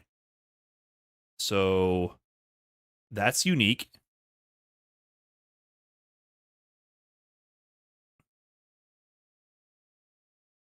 So OD Sun Flare, and then this is a Sun Vanish? Sun Vanish? Sun... That's a teleport. Vanish Sun. Vanish Sun down. And this is going to cause a knockdown. Yeah, knockdown. Oh, it can cause a ground bounce. Oh, didn't realize that. So if it hits out of the air, it can ground bounce, and then this looks like a medium sunrise. Got it. Up telly? You do it by holding down. You hold down to up telly. No, they showed the knockdown on the holding down here we're at 129, right? So at 47 seconds, you can see that they do the regular teleport here, right? Do Vanish Sun teleport, and it doesn't ground bounce here, right? Or do they cut it? We don't know. We don't know. Okay, so they left the suspense for later. So I was wondering if it only ground bounce after hitting on with certain requirements, but it might always ground bounce. Ryu's doing something there? No, I don't think he is. So you get a ground bounce, medium sunrise, the combo. So here, I think this is crouching heavy punch, punish counter. Punish counter, crouching heavy punch. XX. This is the heavy sunrise. So you can only get it from punish counters, from heavies probably. She's going to go up. She can follow up from the air. So here she's going to do light, sun, solar burst. Air, solar burst. Build, crest. Sun flare is on the ground. Solar burst is in the air. Okay. And then she's going to go for... This is the Vanish Sun. Vanish Sun back to bait out parry. Vanish Sun back. Block. And then we get introduced to the counter on hits. And the counter on hit is called... I remember this. I know this. You guys remember what the counter is called? It's called Sun Veil.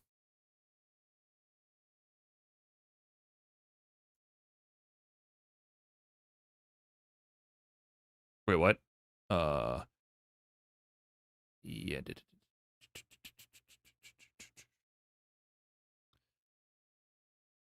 When did they first Sun Veil? I should mention that here. Sun Veil counters projectiles and physical attacks. Only counters one hit. Can't counter multi hit projectiles or supers. So it's weaker than amnesia. OD is faster.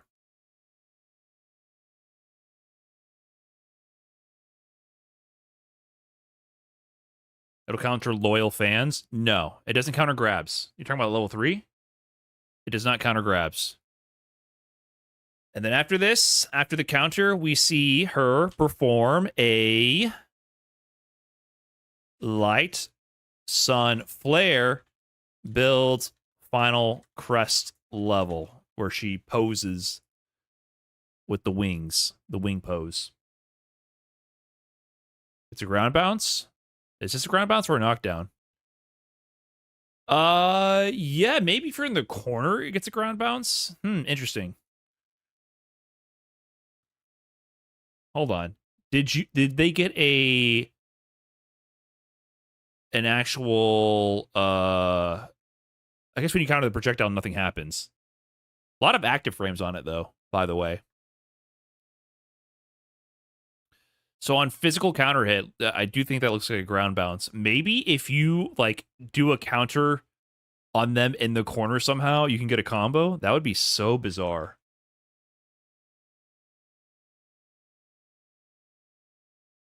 If you walk up to them on their wake up in the corner and do counter, they wake up mashing jab.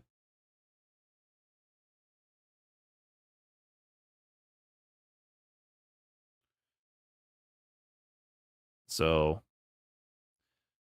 here, next sequence, 137. Jump. This is going to be the air version. Solar burst. And this has got to be, this is OD.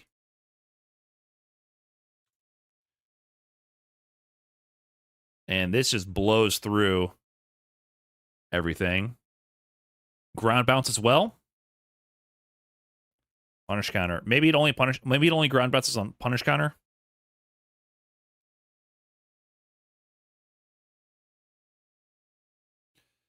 Drive rush, crush heavy.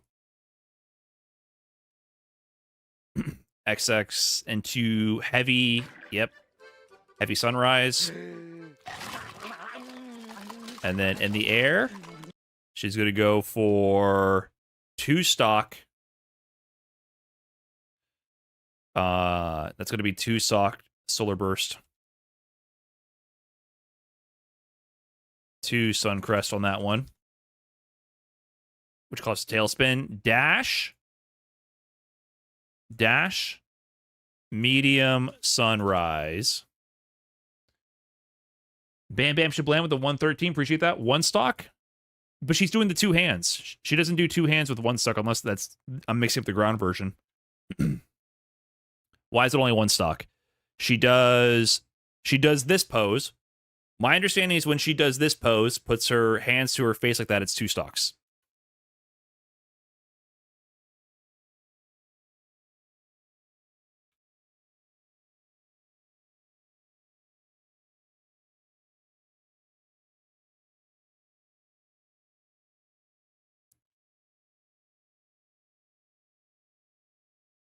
That's my understanding. Thanks again, Bam Bam Big 113. Medium sunrise. That's the end of the combo. Nothing after?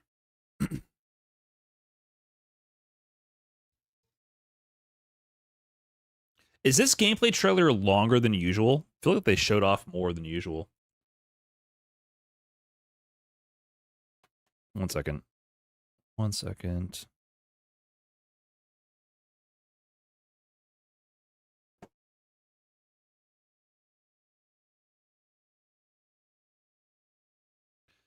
Okay, so 143. Punish counter DI.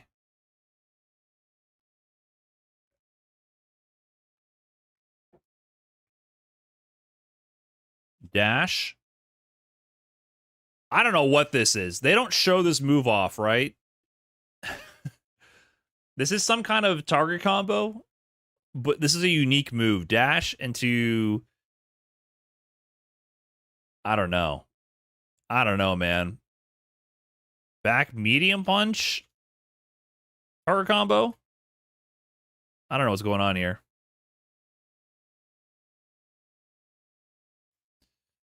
And then she cancels that into... See, that's level 2, right? That's level 2, man. Level 1, she goes like behind like this. Unenhanced, she does like a point like this. With one stock, she goes like a Kamehameha motion, and with two stocks, she does this. She does the pose with the two hands in front of her forehead. This is 2 stocks. And this is going to be the... Whoa, Sun Flare.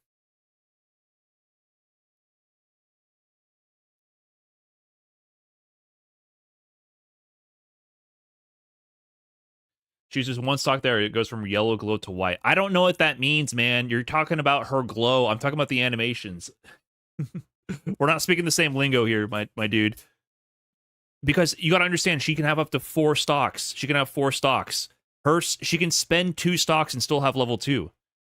The max she can spend on a move is 2 stocks. She can store up to 4. So you talking about her level doesn't translate directly to the economy of the moves, I feel like.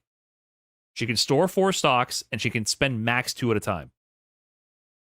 I think that's level 2. That's the highest level right there. We saw the buildup of the animations. We saw no level, level 1, and level 2. That's level 2.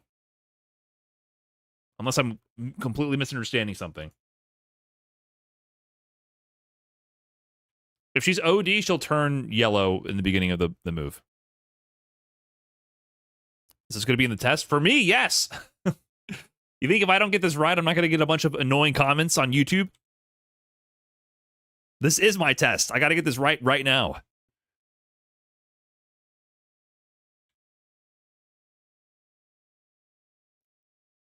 Okay, she does the Sunflare 2 stocks. Drive Rush. That's going to be the Stand MK. Yeah, we've been calling that Stand MK.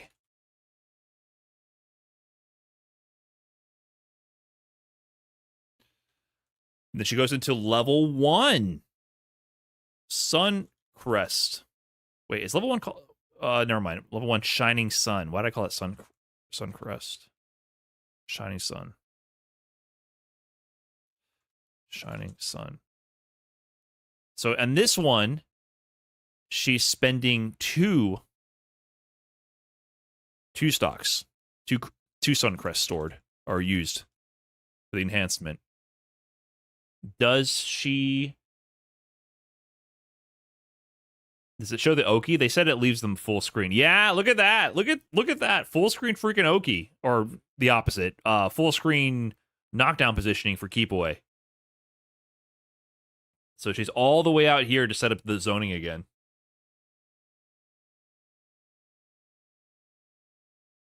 Is that the overhead? I don't think it is. That might be stand heavy punch. Looks like a forward move, like a forward command normal. That could be forward heavy punch. That's not her overhead. They haven't shown this yet, if I remember correctly. Because in the beginning, she does a low crush heavy, and then she has an overhead shown right after. This is different. She's in the air. She has some kind of forward heavy like that. That might just be stand heavy punch. We've seen crouch heavy, so I'm gonna lean towards that's just stand heavy punch.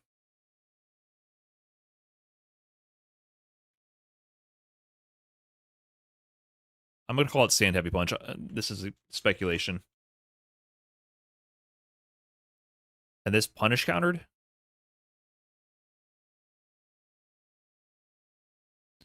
Yeah, punish counter. And then she links crouch heavy punch. And then it's OD sunrise. Level 2 Order of the Sun enhanced.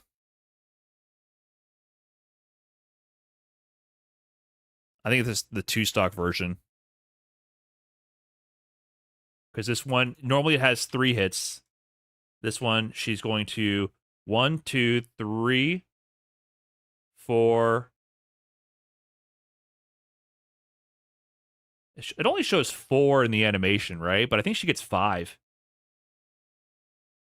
Here comes 1. Eventually. 1, 2, 3, 4. And that's it, right? Nope, 5. So she gets 5 projectiles, but it only shows her shooting up 4. 1, 2, 3. Am I tripping? 1, 2, 3, 4. Unless they count this animation as her shooting up another one, I don't know. And it's only like 4 circles here. It's kind of weird.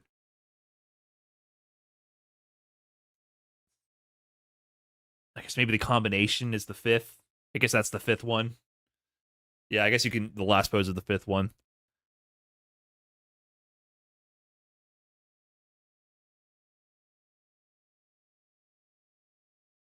So that's up with the 2 stock. And then she starts doing this crazy ass combo. So after she fires it off, it's going to be crouch heavy punch, medium sunrise, land, dash, times 2.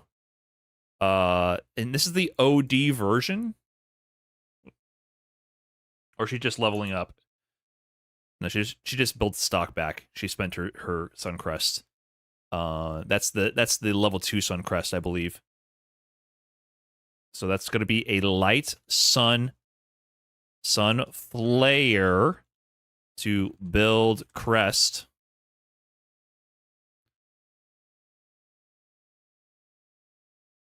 And then she does it again to build another crest.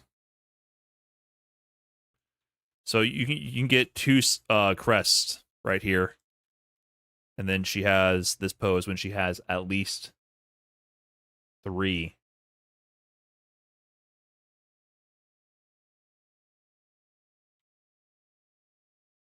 She can still get a combo. And that's the towards heavy punch, right? We saw that. Huh? You can cancel that? Oh, that's weird. I didn't realize this is the move they opened the trailer with, right?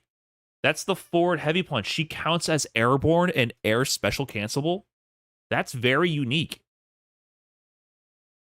Air cancel like Ryu forward heavy kick? Yeah, good comparison. But it's almost like if Ed could cancel his towards heavy punch. Forward heavy punch. Air special cancelable into... She does OD. OD. Solar burst. Right? Solar burst is in the air. And it's got to ground bounce again. And then this is... Then level... Or 2... Stock... Solar flare? What is it called? Sun flare.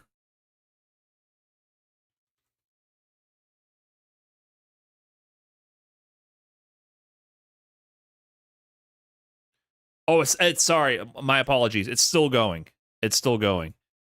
And then, oh fuck, I'm forgetting. What is this called? Vanish Sun forward.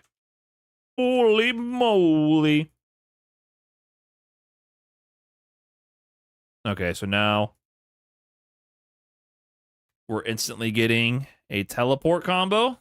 So this is going to be Vanish Sun down input, which gives you, up. She's going to land on him. It's got a ground bounce. No, wait, it doesn't ground bounce. Why doesn't it ground bounce here? It seems to only ground bounce out of certain situations. That was a punish counter. So out of punish counter, this didn't ground bounce here, but it ground bounced. When did it ground bounce?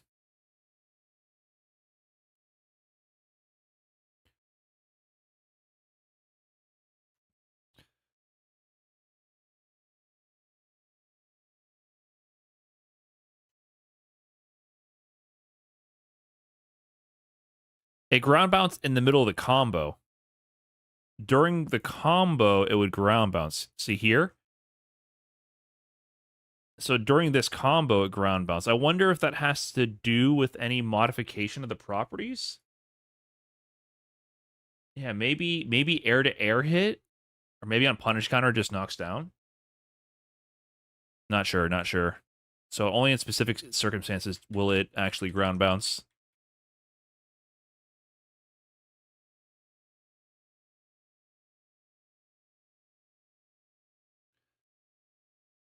So this just causes a knockdown. And then this is heavy punch. So, I forgot the name of the fucking regular projectile. It's been a while. Sunshot. I feel like this might be the charge version, but basically the idea is the mix up between the diagonal one and the horizontal one.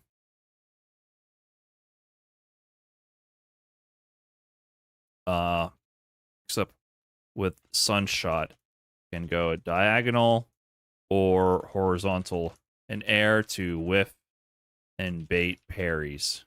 So basically similar to JP, the same, a little bit of the same mind game there, where JP can do the ghost feints to make you whiff parry.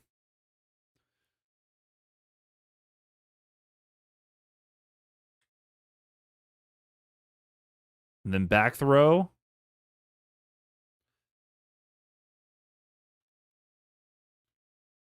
Back throw. Vanish, sun, back. And then she baits out amnesia with OD,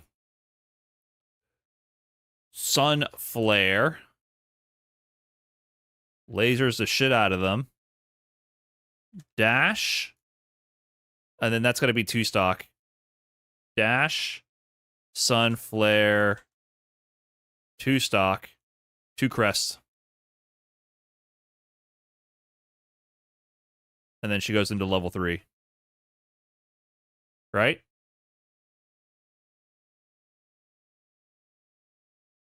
Full screen level 3.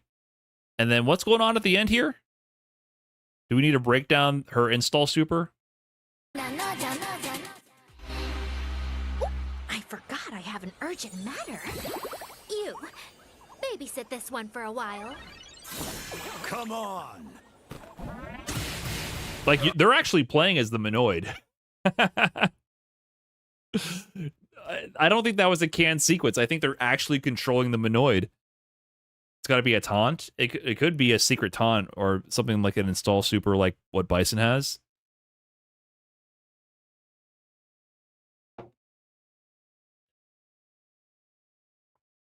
Okay, I think that's it, man.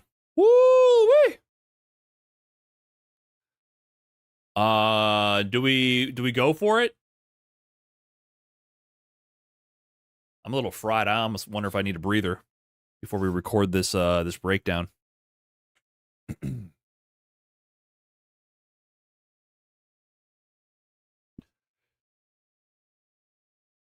Okay. It might be time. Let me get things set up here. Okay. One take, Jake. Let me get this queued up at the right time. 30 seconds. Playback speed. All the way down. And we're going to mute that. Okay, guys. Get ready to say hello to YouTube again.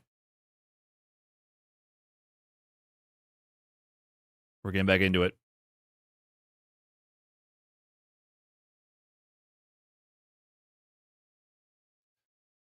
Okay, we've broken down everything in the gameplay trailer. 2 takes! 2 takes! Okay, it's okay. You can fumble the intro. Let's get it. Okay, we've broken down everything in this gameplay trailer. Let's get into the details. Going super slow-mo to give you everything you need to know about this character. So Ingrid, she's a bit of a zoner and also has a unique stock mechanic. We're going to break that down. She does actually build her resources to enhance her moves and her combo routing. Here we have what I'm going to call a forward heavy punch. It actually is air cancelable. You can eventually cancel this into some of her special air moves, but we only see the punch counter knockdown. Here we have a target combo air to air, maybe a medium kick in the air, jump heavy kick, sort of like a Jamie, which lets you juggle into the sweep. Here we see another big move, heavy kick, maybe heavy punch target combo. She does have a few big target combo moves available. Overhead right there. It's pretty meaty. She's going to jump over the throw here. We're going to see a jump medium kick cross up, stand medium kick, and then a basic forward throw. So just showing off some of her normal kits so far before we get into the really interesting stuff about her toolkit. So first up with her unique moves and special moves, we have the Sunshot. This is going to be her main projectile. She has two different projectiles. One of them is Sunshot. This projectile is very unique because it actually has different variations that are based on the strength that you use and also how long you hold the button.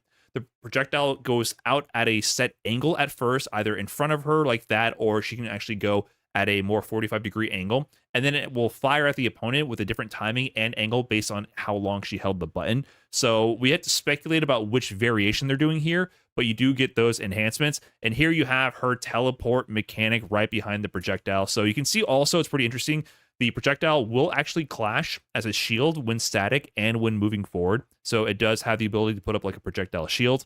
And then her teleport is the Vanish Sun teleport. Out of this teleport, she has 3 different options. Here they're showing off the forward option, which goes into that 2 kick move right there. You cannot choose to empty teleport. She actually commits to an attack if you do the offensive forward or up angle. She commits to an attack every single time, which means it could be susceptible to things like parry or anti-air DP, because you're not going to be able to empty teleport in to bait things, but it's still very good. As you can see, it goes through projectiles and can cover a lot of the screen, and it is plus on block, confirmed by the Steam blog post.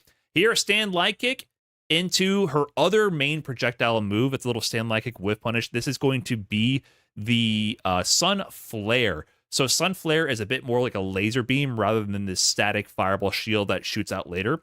And you're also going to see that there's going to be different levels of the Sun Flare. This is where the crest system really comes into play. So this is going to be her base Sun Flare, where she does a little pose, one arm with the beam, puts up a finger. She's able to control the power really easily with one arm, but you can see as she levels up, it's going to become more and more powerful, and she's going to have to do different poses to actually get the job done. But you're going to see how this incorporates into her zoning and combo routes. Here she sets up the other variation of the Sun Shot. So this is the one that actually goes up at this angle here, and this one can go out horizontal or down at a 45-degree angle. So here she does the Vanish Sun teleport down input, which is going to put her into the air, using the fireball to actually cover her approach to lock you down into block stun to get a safe-ish teleport in there. And like I said, this attack coming out of the teleport is committal. Once you do the up teleport, it will come out, but it's plus on block. So it causes a high hit right there, but if they get hit, they get knocked down. Here, next up, we have a medium punch, medium kick target combo. And then they're going to use that to cancel into a different variation of the Sun Flare. This is where that Sun Crest system comes into play. It's a resource sort of like a Jury Stock or a paint can for Kimberly. And you can see here she's doing like a 2-armed variation, kind of leaning to the side as well to show how much more powerful this version is. And so that's going to cause a tailspin knockdown. And this is the light version of the Sun Flare. So use medium or heavy to do the actual beam attack. The light version will do the building of the Sun Crest resource itself. So after getting the enhanced Sun Crest, she's able to actually build up one of her Sun Crest resources. And here you can see the first pose. She does like this little pose here with the circle around her. She's going to have different runes and hieroglyphics around her to kind of indicate how many stocks she's building. So you're going to get that cue while watching this trailer to understand how many she has. And with the actual Sun Flare and her other laser beam, the air version, which we'll see shortly, which is called the Solar Flare. Whoa. Oh, God. We can't put that in. Delete that from the internet. Dude, my voice died. Holy shit. Oh, I was stuck on repeat right there. God damn. That was the craziest voice crack I've ever had on stream. Oh, Solar Flare. What is it called? Solar Burst. God damn it. All right, Easy Freezer, you got your work cut out for you. You got to make me look good here. Where was I? So you also see with the air version of the Sun Flare, you have the Solar Burst, which is going to be her air laser beam. And you can choose to do up to 2 of the Sun Crest stocks to enhance it. So even though you can build max 4, you can only spend 2 max at once. And here on this sequence, after doing the Light Sun Flare to build up the crest level, she throws out another Sun Shot projectile. And there we have her only like physical special move. That is going to be the Sunrise. So, or sorry, is it called the Sunrise? It is called actually the Vanish Rise. I'm getting my move name mixed up here. We're doing good for a while. What is that called again? Sunrise?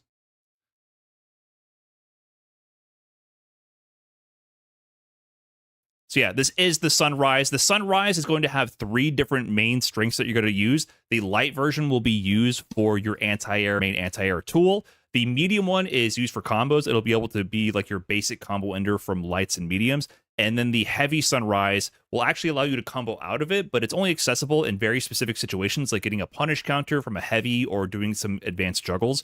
But it'll allow you to actually combo out of the air hits and continue the sequence. So we'll see that used more coming up here. Here, big jump laser beam, just like the ground one, the Sun Flare, that is going to be the air solar burst right there, and it will be actually enhanced as you go through this. So causes a knockdown with that level. And here you can see the solar flare on the ground, the level up right here, the light version. Now you have 2 runes instead of just 1 as she builds up more crests to be able to enhance her moves. And here we have another unique mechanic. That's her counter. The counter has returned, and she can use that to control the zoning game and also get the solar beams going as well. So this counter is unique in this game. It's a counter that works both on projectiles and on physical hits as well. And this projectile counter is called the Sun Veil. Now, it's going to counter, like I said, the projectiles and physical hits, but we don't know how fast it is. The OD version is noted as being faster in the blog post, but it doesn't counter multiple hits. So this is not like Amnesia that counters grabs and supers. They noted that it loses to multiple hit attacks and it loses to supers as well.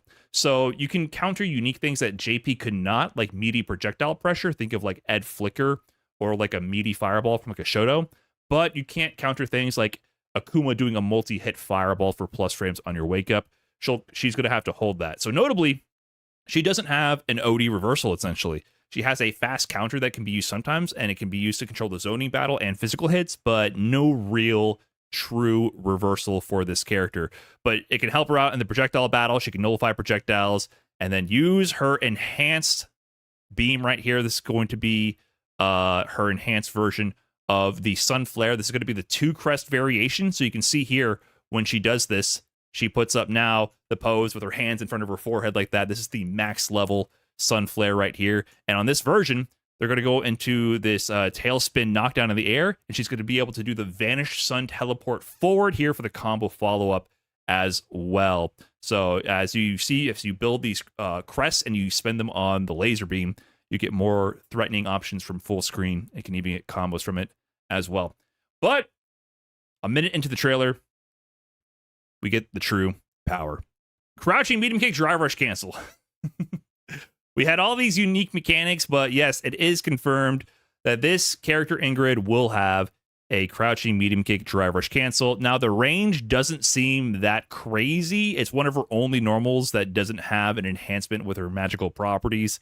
So it seems a little short in the range, but she's going to go into the stand medium kick right here. She's going to link out of that to a stand medium punch, stand heavy kick or medium kick target combo, and into her level 1 Shining Sun. Her level 1 is a little bit like Kimberly. It uses her resources to enhance it. So it automatically uses 1 Sun Crest if you have it for an extension on the damage. But you'll see later you can actually spend up to 2 Sun Crests for unique animations for more damage and a unique knockdown that sends them full screen. So here we're going to have another sequence. We see the Vanish teleport back. She's able to like juke out of the way as well. It's one of the 3 teleport options.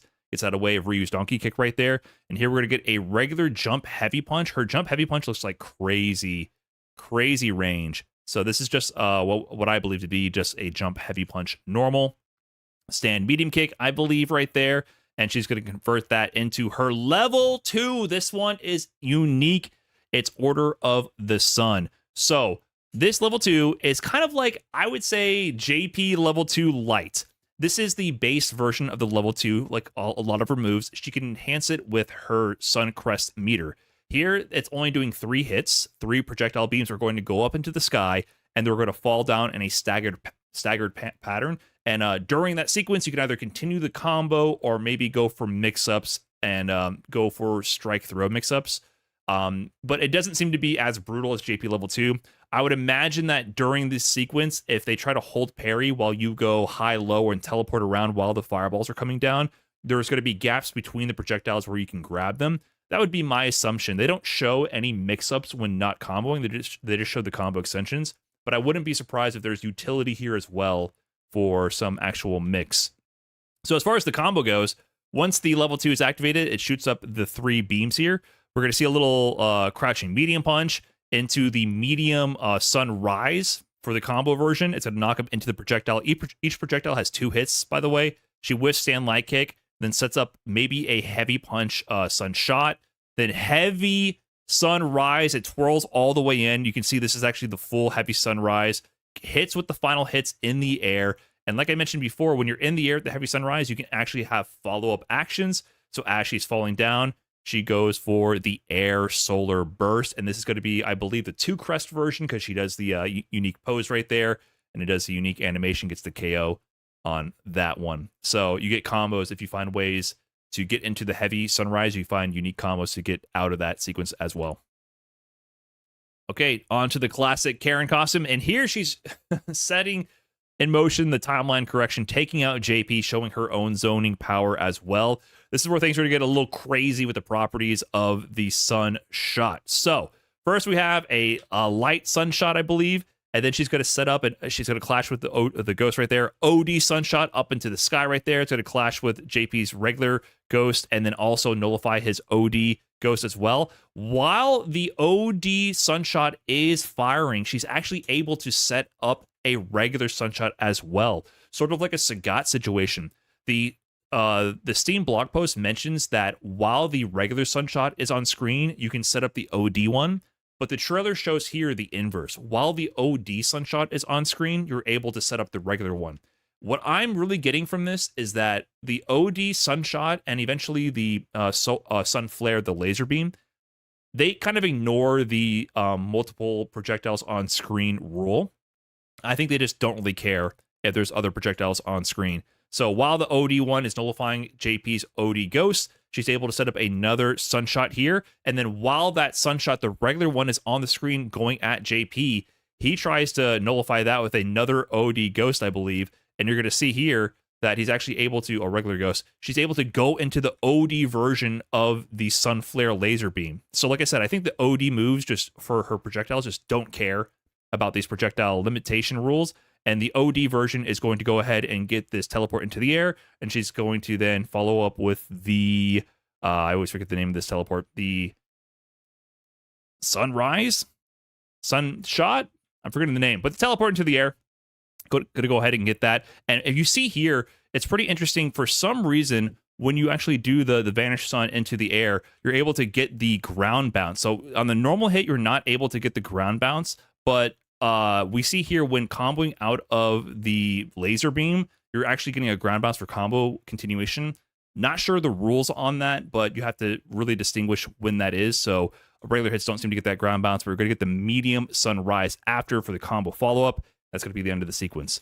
Next one over here, we're going to get the whiff punish now on the JP normal with the crouch heavy, and that's going to combo into the heavy sunrise. So this is what they're talking about with the sunrise. It's only limited situations where you can actually combo into it. Has a lot of startup, but that's going to give you really big combos if you can go into it early because she's going to go into the air. And here she just does the light version of the solar burst, the air laser beam. Basically, anytime you do the light version, you actually just build a crest instead. She uses that opportunity to teleport away. JP does the parry drive rush OS to get in there.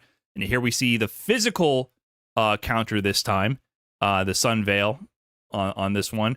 And interestingly enough, on the physical counter, you can see it like picks him up, teleports him away, gets abducted by the Menoid right there, and dropped off. A little ground bounce. It makes me wonder if in some situations you can actually potentially get a combo from this, but we'll see. It at least gives you time to do the light sun flare right there to build up your last level here. So this is like her final form of the level up. She does the more advanced hieroglyphics and runes and has like the angel wings on that one. Here we see OD version of the air laser beam. She's going to go ahead and do the drive rush crouch heavy punch. After that, the air version of the laser beam does give a ground bounce. So bagoosh, deleting all the projectiles, drive rush in, crouch heavy punch, heavy sunrise on this one. Got to get the launch into the air for the combo extension up here. Once you're there, there's the air, I believe 2 crest air solar burst. Dash in, medium now on the sunrise. It's a nice little juggle extension. And next up, we're getting our first punish counter DI combo. She's going to go ahead and route into the medium punch target combo that we talked about earlier. Then we're going to get some... Oh, never mind. It's the other target combo. This one is unique. They don't show this target combo anywhere else during the trailer or mention it. This is a throwback move to her Alpha 3 iteration. But I don't know how you input this move, but it's pretty unique in the animation. Launches them up right here. And she's going to go ahead and get into the Sun Flare. That's going to cause a bounce into the air. That's an enhanced Suncrest version as well. Drive Rush, Stand, Medium Kick to continue the combo. And now she's going to go into the level 1 Shining Sun. And this is going to be the enhanced one using at least the 2 Suncrests. So like I mentioned before, she can spend the Suncrest to get this unique animation where she wraps him up. And this does more damage, but also leaves you full screen away. So obviously Ingrid has a lot of zoning capabilities. So you might want to spend the Suncrest just to improve your zoning and send them full screen and put up the obstacle course for them to navigate through. Here we're going to get a drive rush. I believe this might just be heavy punch. This is the first time they're showing this normal. So drive rush, heavy punch, punish counter. She's going to link that into crouch heavy punch into the OD version of the sunrise. We haven't seen this yet, but that lets her cancel then into the level 2. And this one, unique animation because they're spending the stocks. This one's going to have 5 projectiles coming from above instead of just the normal 3. So you're going to get increased combos. Crouching heavy punch here into the medium sunrise.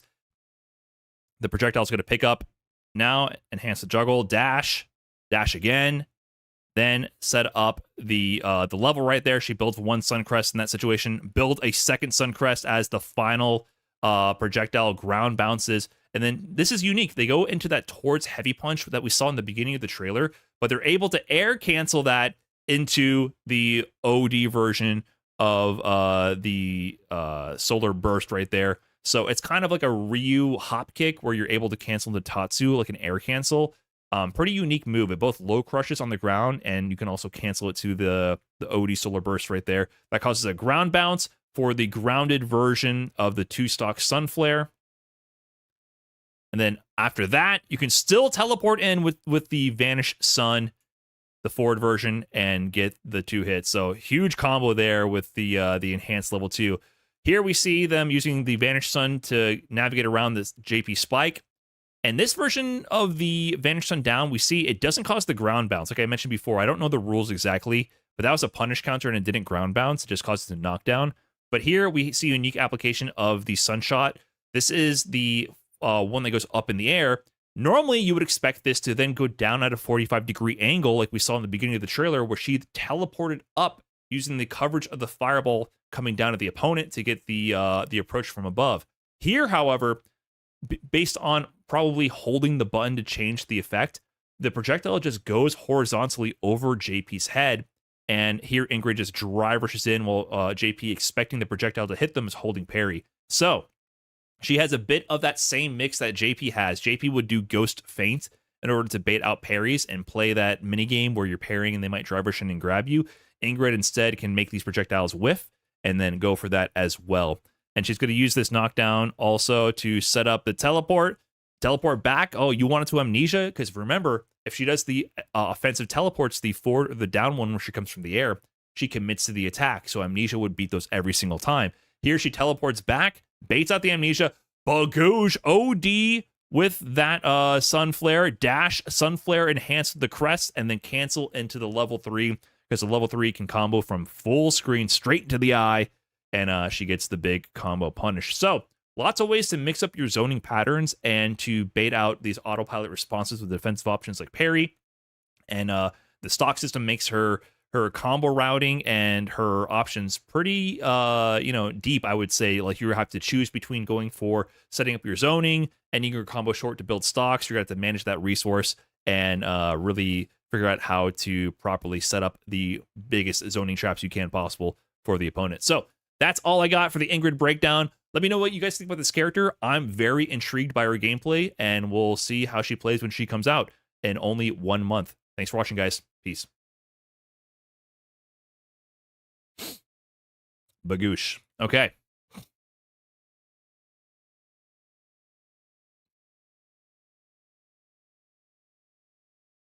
Needs to be cleaned up a little bit, but we got it done.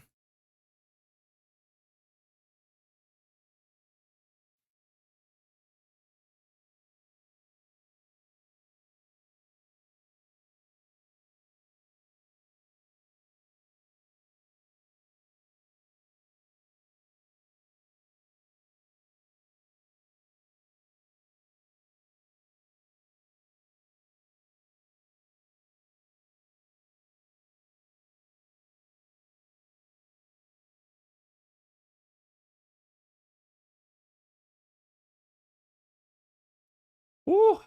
Okay. Done. My voice is dying. Jesus.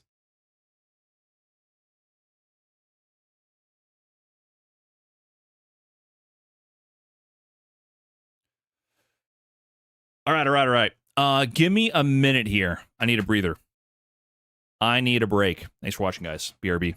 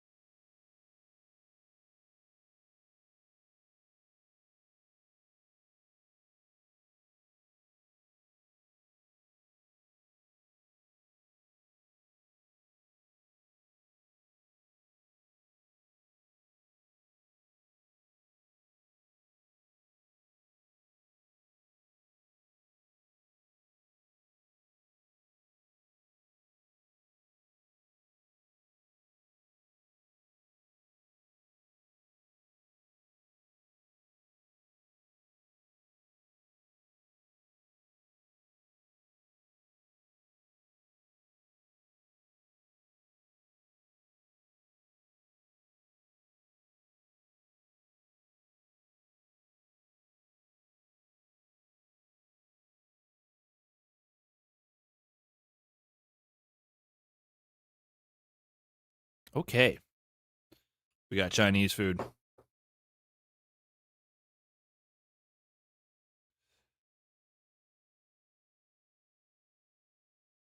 Szechuan chicken, pork belly, sweet sour stew thing.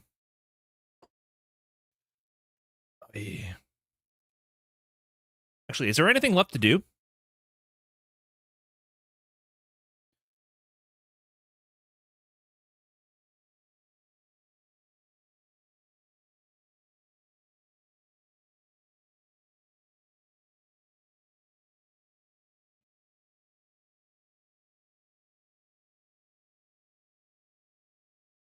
Will Ingrid be a good character, though? That is the question.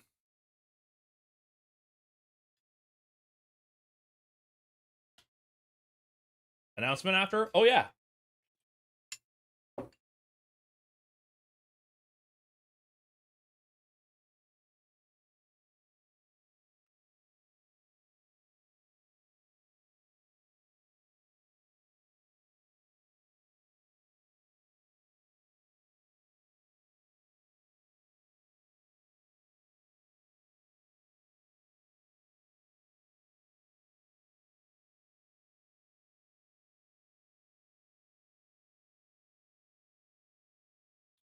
Forgot.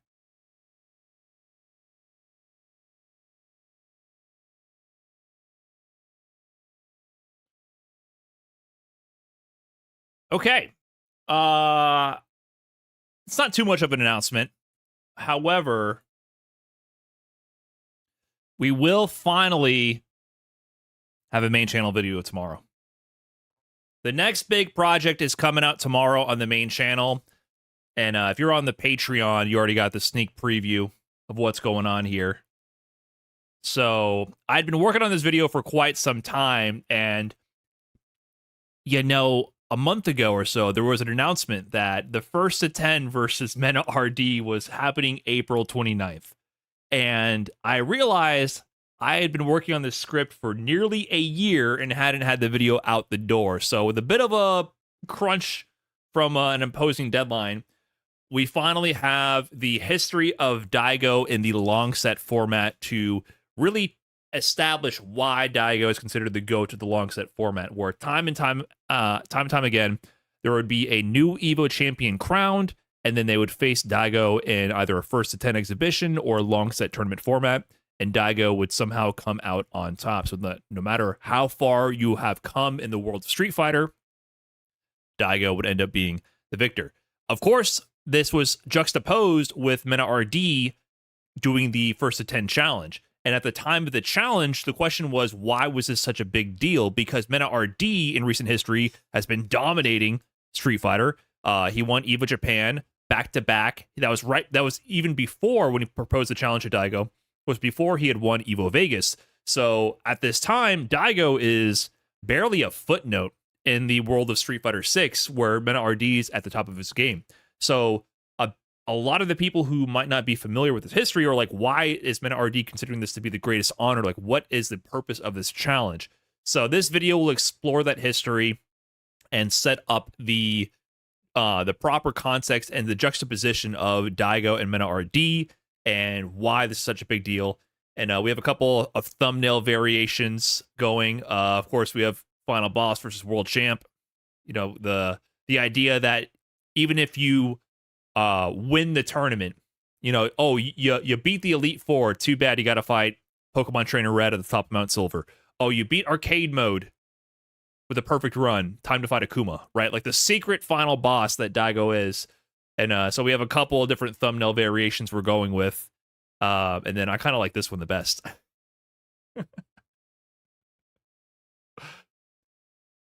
We'll see which one makes the cut.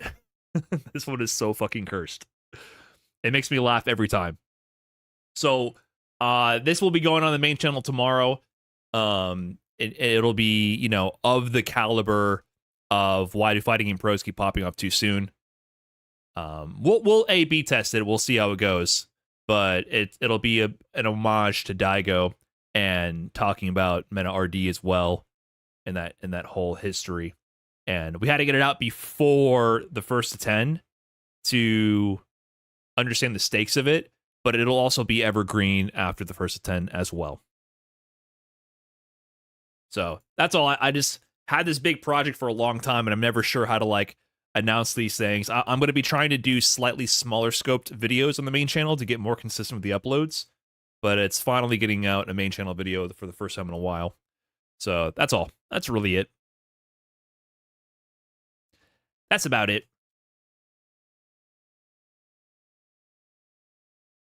Thinking 3 for recognition.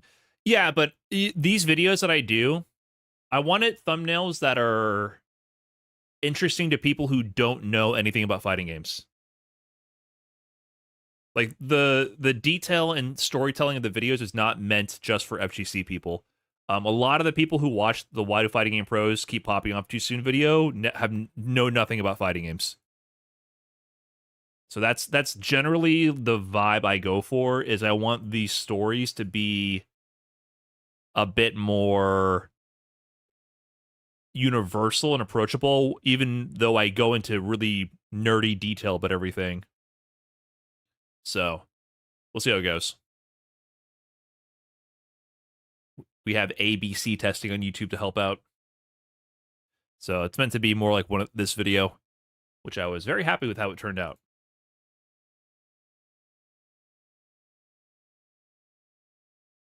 Yeah, there's a lot of it's a recap, breakdown, detailed, and establishing a lot of the parallels.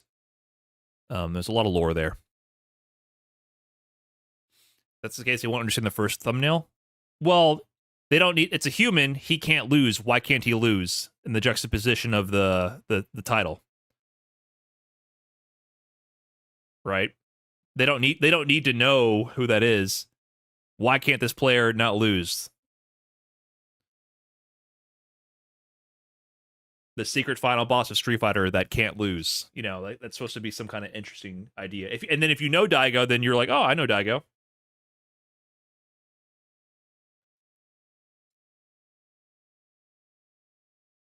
It's not informative enough.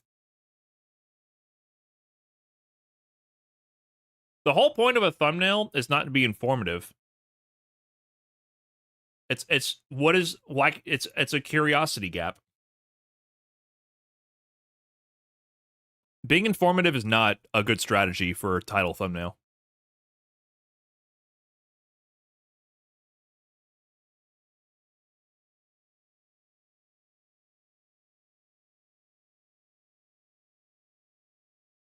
Most flattering Daigo pick? Yeah, the recent ones aren't as flattering. You need some kind of juxtaposition. Like, this one is the most homage to Street Fighter and on the nose, but I don't know. They're all good, but I generally tend to prefer the more subtle ones that are a bit more understated. That's why I like this one so much. This is such a crazy freeze frame. It's too close to a versus rank match. Yeah, like this makes me also think this could be like a random replay bootleg channel where they take a random Akuma player and a random Blanca player and put on some weird fucking stage mod, and then they act like it's Daigo versus Mena RD, but it's two random 1800 MR players going at it. And then they give Akuma an Oni costume. Daigo Oni versus Mena RD Birdie Street Fighter 6.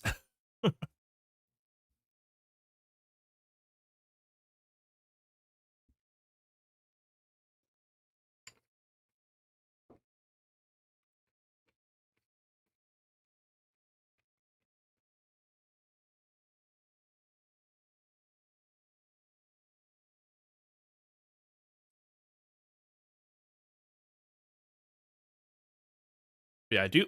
I am interested in the set, man. I'm guessing it's going to be in Japan time.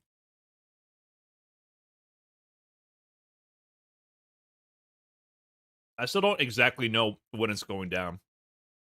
What up, David? Are you going to Evo Japan? With that whack ass Sagat?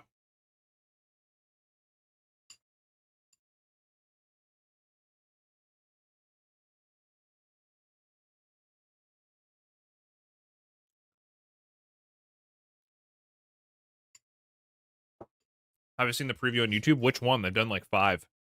They just came out with another video.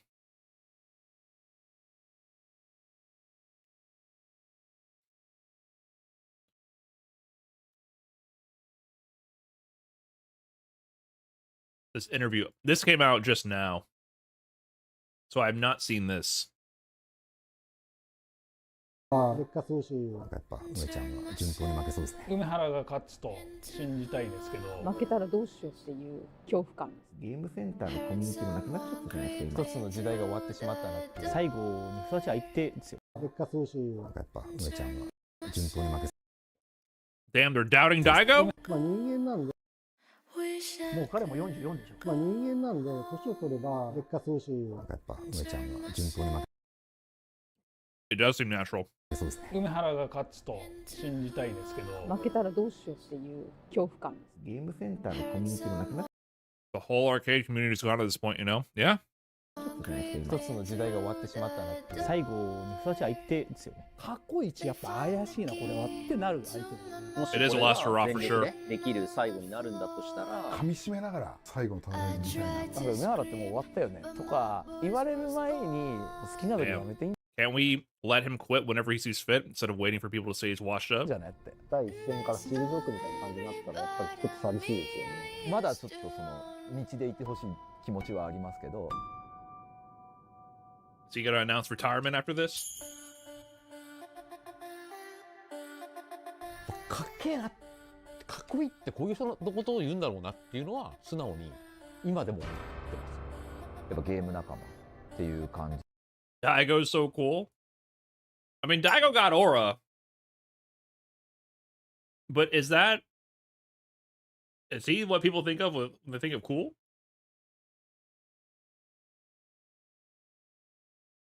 I mean, that's a pretty badass photo.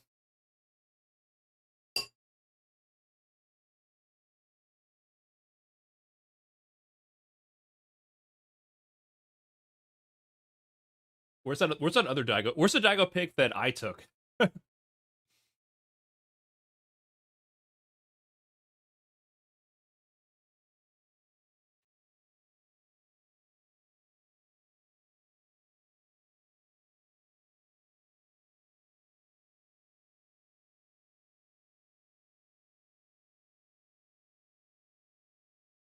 In the Milwaukee tournament. What was the Milwaukee tournament's name? I'm forgetting its name.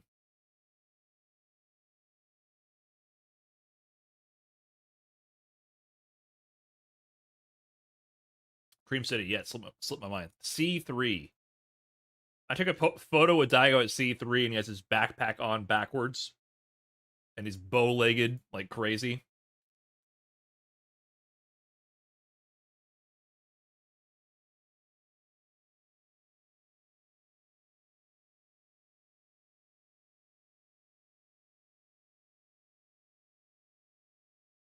This isn't the one exactly, but I took a picture with Daigo.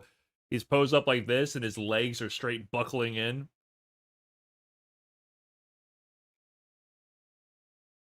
He's the coolest guy I know.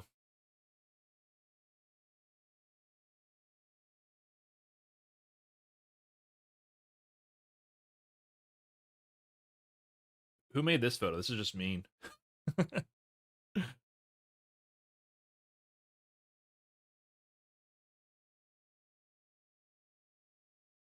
Yeah, he used to look cool as hell, man.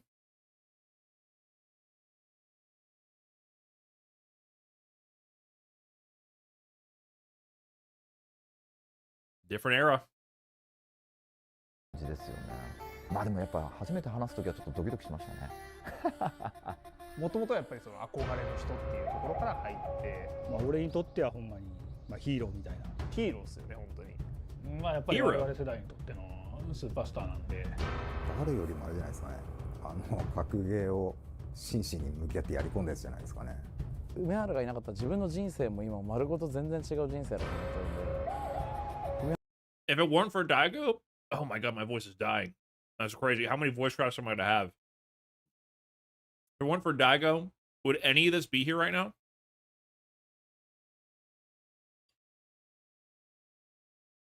Like, how much credit do we give Daigo for this timeline?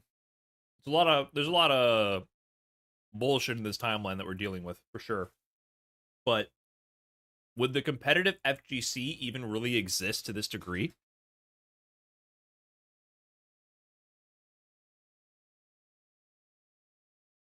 He's played a really large part in that. Things like Evo Moment 37, and I don't know if we would have ever grown even to this size in the competitive FGC. 原と出会ってなかったらどうなってんだろうな今の自分って思うぐらい思い入れが強い人物です。いやー、なんでしょう。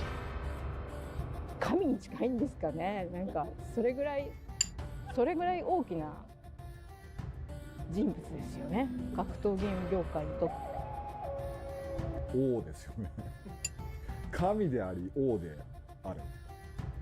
それを自称して唯一許されるやつはあいつしかいないんで、俺は王だって言われてもそうだよっていう。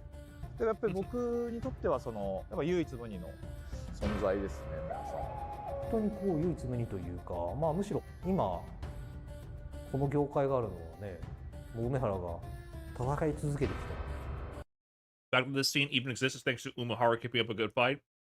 Yeah. It's hard to imagine how this all would have developed otherwise. Evo Moment 37, the back-to-back Evos with Street Fighter 4. Like, when everyone was getting introduced into the competitive Street Fighter scene with Street Fighter 4, you already had this, like, this lore and this mythical figure. And you were instantly brought into the fold with this sense that there's a deep, rich history here, and the story is still being told. Because if you joined in 2009, people would tell you Daigo's the guy. Daigo's the guy. And then he would go and win Evo back to back. And you had the tapes, the Evo Moment 37, you had the other accolades to look back on, you know, his win in the Alpha Championships against Vi. You had all this lore already there, and he was still winning in front of your very eyes. And then even though he didn't win every tournament in Street Fighter 4, he won a lot. So there is something about that where that explosion happened with Daigo still there, still winning, that really made it like a mythical era. And it gave you a real sense of scale and gave you reverence for the competitive scene. And I think without a figure like that, it wouldn't have been as enticing, wouldn't have been as enthralling for a new member of the community to get into it all. からこそ今があるっていうねところなんで。レジェンドっていう言葉じゃ片付けちゃいけないって最近思ってて、格ゲーをその崩壊させ He る。prevented fighting games from collapsing. そんなに価値がないっていうか、それをこう価値あるものにした。Yeah, this wasn't even a career before him. 相当すごいっていうか、他の人でできないんじゃねえかなと思うんですよ。いやもうありきたりだけど先人っていうか開拓者っていうかね。このレールを作ってくれた人ですよね。まず僕らがプロゲーマーで活躍できる。あの人一人がいなかったら、ひょっとしたら本当にそのプロとかって生まれなかった。もしかしたら生まれるのにもう何十年も時間かかったんじゃないかっていうぐらい本当に大きな存在だと思います。今こっちの格ゲーのプロゲームやってて感謝してない人って多分いないと思うんですよ。梅さん。それがなんかやっぱ答えかなと。超えらんないじゃないですか。どんな強い人間が出てきてもナンバーワンだった時期からオンリーワンになったし、両方の頂点、景色を見た唯一の人間なんじゃないですかね。He's the only person who's seen the view from both peaks. He went from number one to the only one.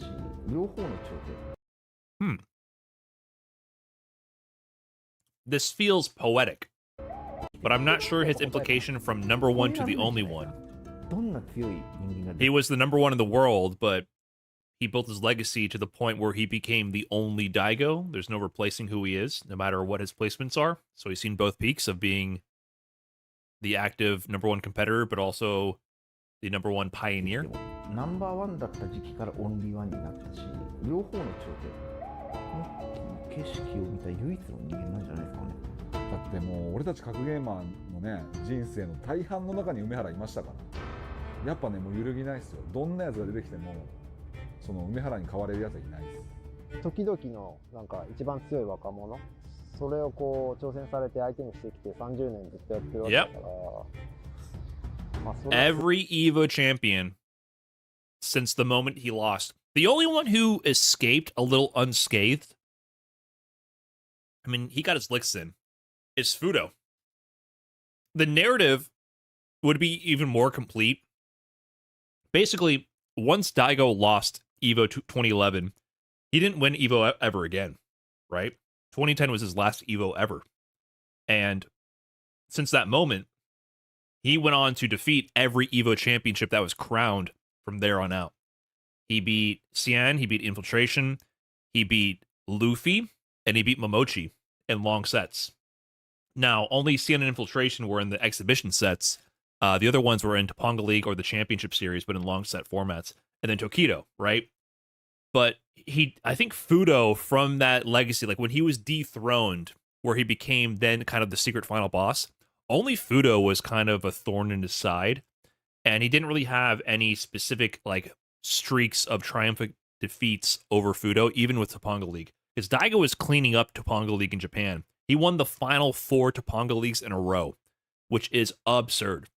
Absurd. Yeah, Fudo is also very good in Topanga League. So Fudo's the one guy who like would often get sets on Daigo in that era as well. And Daigo didn't really have like a strong opposition against him. Momochi, on the other hand, would get gatekept by Daigo multiple times. He kept getting second places.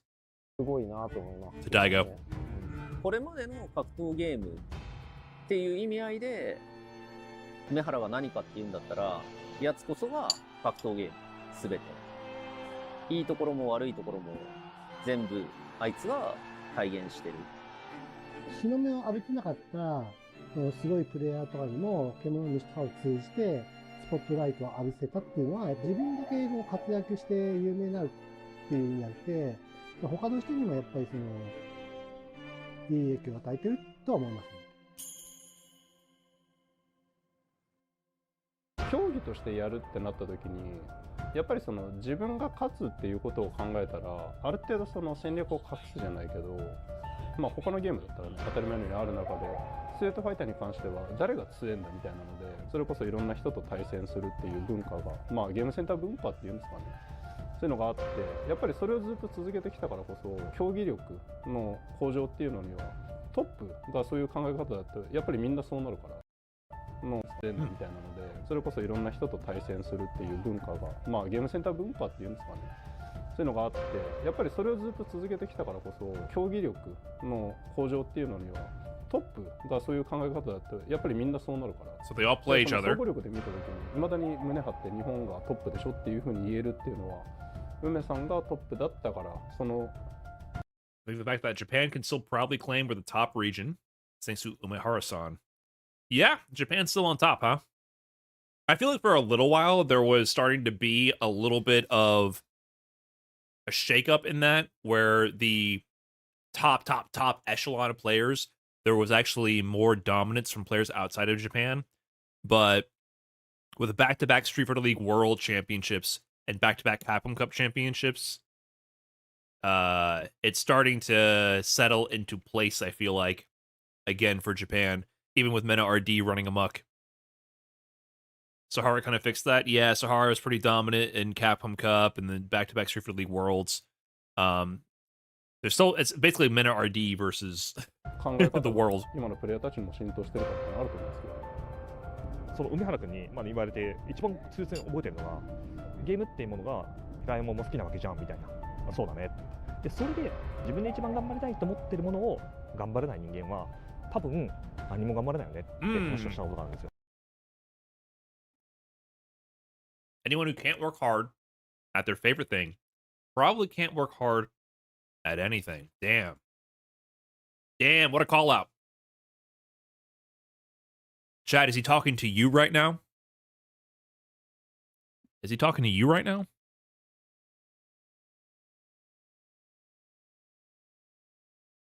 Time to reflect.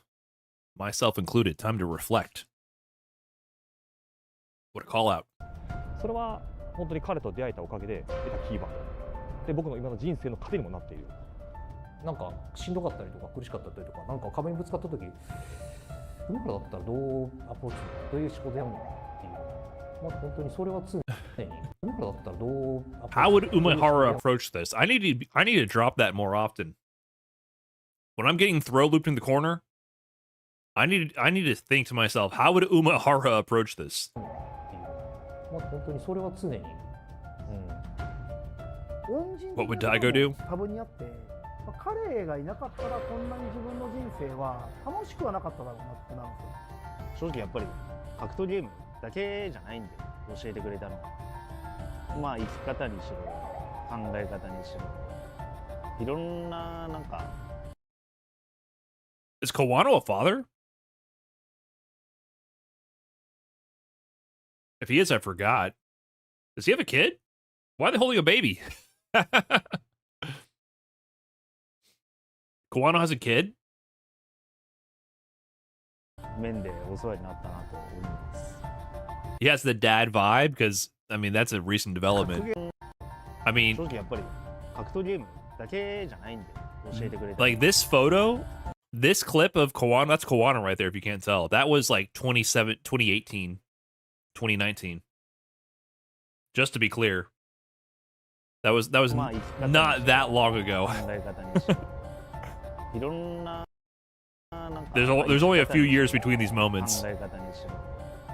いろんななんか面でお世話になったなと思います。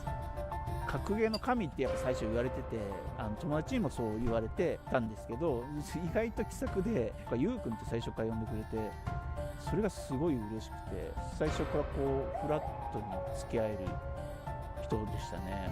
俺は梅原だぞっていう感じじゃなくて、なんかその一人間としてお話しさせていただいたことがやっぱすごいかっこいいなと思って。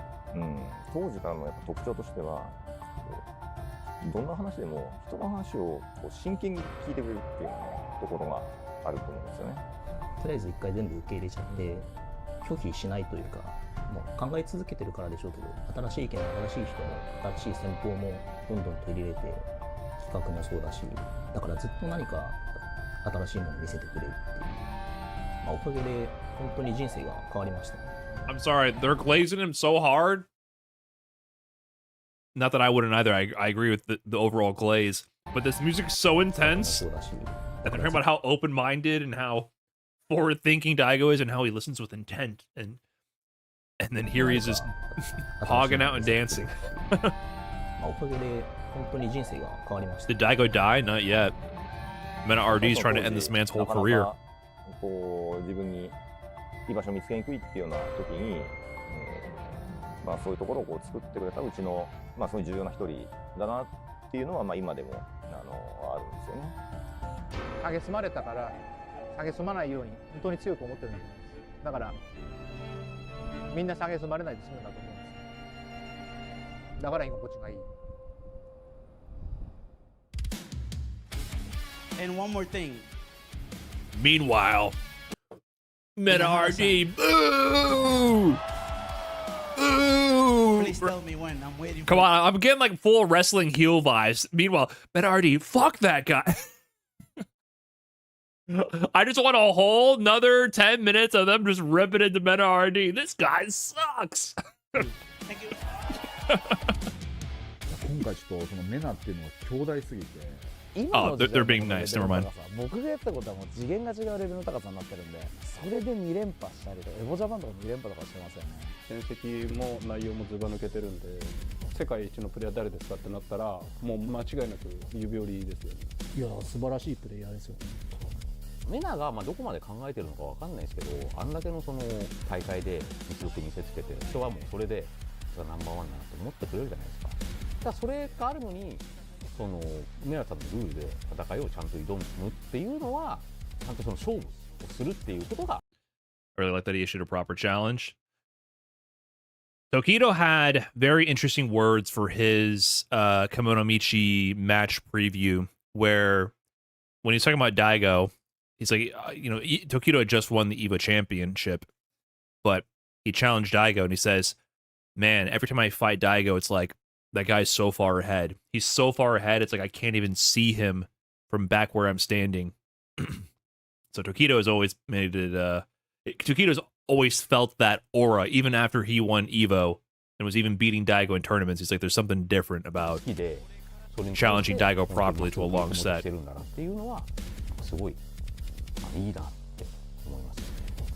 今世界が梅原を舐めてる。多分見てる人は World's underestimating Daigo. Facts. I mean, I am too. ストローク世代の子からすると、その梅原って昔すごかったんでしょみたいな。まああえてこう言わせてもらいますけど、もうどの世代にも一目置かれる存在に返り咲いてほしいなっていう。まあ今回はね本当に相手の方がステリトライター6 Yeah, Street Fighter 6 is not even comparable. どっちかっていうとね挑戦者みたいな感じだと思うんですけど。メナ選手もまあもちろん人が強い、対戦が強いっていう相手。Strong Fighter really studies his opponents to take him down. He has mastered the game mechanics. そういうところもやっぱりすごく気に入ってるプレイヤーだと思うし、普通に考えてやっぱちょっときついのかなと思うんですよ。ストローク力みたいな感じの差はやっぱ両方とも対戦してるけどやっぱあるなと思うんですけど、パッとこうじゃ今梅さんとメナがどっち勝つって言われたらメナってなってしまう。 Wow, Gashi-kun saying Mena. 勢いのある若手に大ベテランが敗れ去るって The match is next week. Happens all the time. Will this time be different? 言葉的に梅ちゃんにとって失礼になってしまうかもしれないけど、それはみんな奇跡を願いますよ。 Everyone's praying for a 今ま miracle. で見てきたその格ゲーの戦いの I am too, man. 一番不安ですよね。もうやらないでほしいです。 I don't even want him to do this. I'm sure a lot of people feel that way. A lot of the responses to this were like, this is not even a fair fight at this point. Which is why I want a miracle. Like, to me, a miracle would be Daigo fighting valiantly to the end and putting up a good fight and making Mena RD work for it. It's like that Mike Tyson fight. That's just disrespectful. That is too extreme. Okay? That is too extreme. First of all, this is not boxing. This is a video game. Second of all, Daigo was just in Street Fighter League Worlds. He won. He did some work. Okay? He's beaten top level players still. He just hasn't put together a big run. Daigo is just one of the many strong players in Street Fighter 6 right now. He's not a Mena RD level. It's a miracle if Daigo wins 7 games. Yes. Yes. If it's a 10-0, it's going to be sad.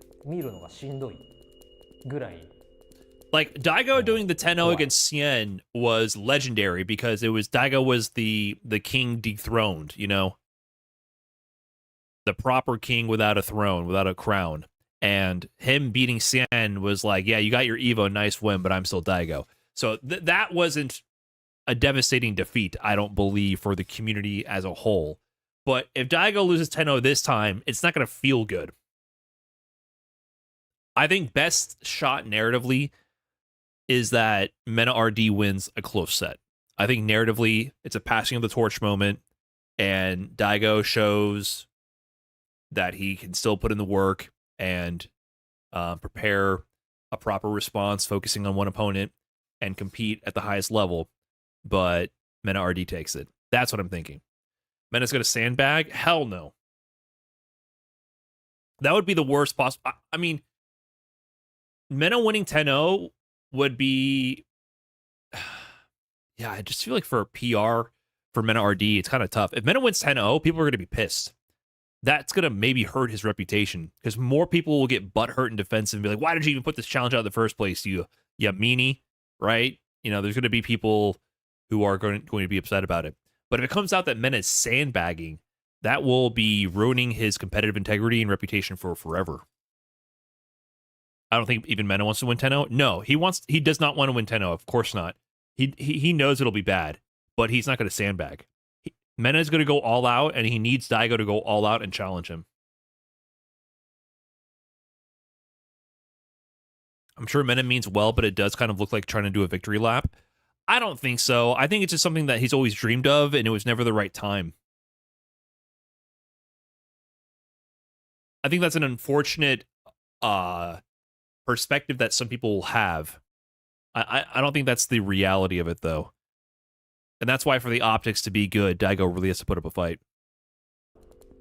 まあもちろんね、勝つと思ってるし、勝ってほしいと思ってるけど、まあ一人のゲーセン小僧の物語の終着点。 Final chapter in the tale of the arcade kid. 俺は昔の It's true, it's 女の子 over. が好きだったな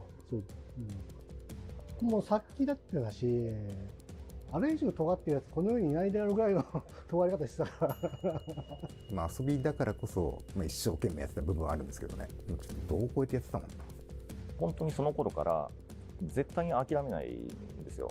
なのでどんな状況になっても勝とうとして最後に勝つことが本当に多かった。冷静に考えたら、まあ普通に目が勝つと思うんですよ。でもそれでもまあ本人諦めないで絶対勝つし。Exactly. I think that's the proper or the expected temperature check. Objectively, Mena will win, but we're interested to see how far Daigo pushes it. Final game of Infiltration Daigo. 震えてきますよね。いや、そりゃ勝ってほしいですよ。いやー、でもさすがにな、ちょっとあれだな。まあ、うん。いや、雨原勝ったら楽だろうな。If he wins, I'll probably cry. 勝ってほしいっすよ、そりゃ。If he wins, golly, oh my god, that would be one of the most earth-shattering moments in the FGC. If Daigo manages to actually win this thing, has Daigo never lost Kimono Michi? Daigo has never lost a high-profile first to 10 set. There's only been 3 for the Street Fighter era. There was Cien Infiltration Tokido. He beat Cien Tenno. He beat Infiltration 10-2, and that was right after they had won Evos. And then he beat Tokido in Street Fighter V after he won Evo in Street Fighter V 10-4. So, in these high-profile exhibition first to 10s, Daigo has never lost. And between those times, he beat Luffy and Momochi in Topanga League and Canada Cup Master Series as well in first to 7 sets. So, yeah. It was earth-shattering when he beat Tokido, but that was almost a decade ago. But that's not earth-shattering because Daigo was still really good at that time. Tokido was better results-wise, but Daigo was still good. It's not even comparable to how it is right now in Street Fighter 6. Daigo was still recovering from a slow start to Street Fighter 5. He was doing okay. Tokido was already beating Daigo in tournaments. Then Daigo switched to Guile, and he started to catch his footing more. And then he had a pretty hot streak for a while. And towards the end of Street Fighter 5, Daigo was one of the best players on the planet, by the way. Daigo was really good at Street Fighter 5 again. He just had a slow start in the beginning. So when Daigo won the first of 10, it was still like he was the underdog for the first time. But, and actually in all of them, he was the underdog in some kind of way. Infiltration was beating the shit out of Daigo for years at that point. Infiltration was the person who gate-kept Daigo from like 2 EVO top 8s in a row.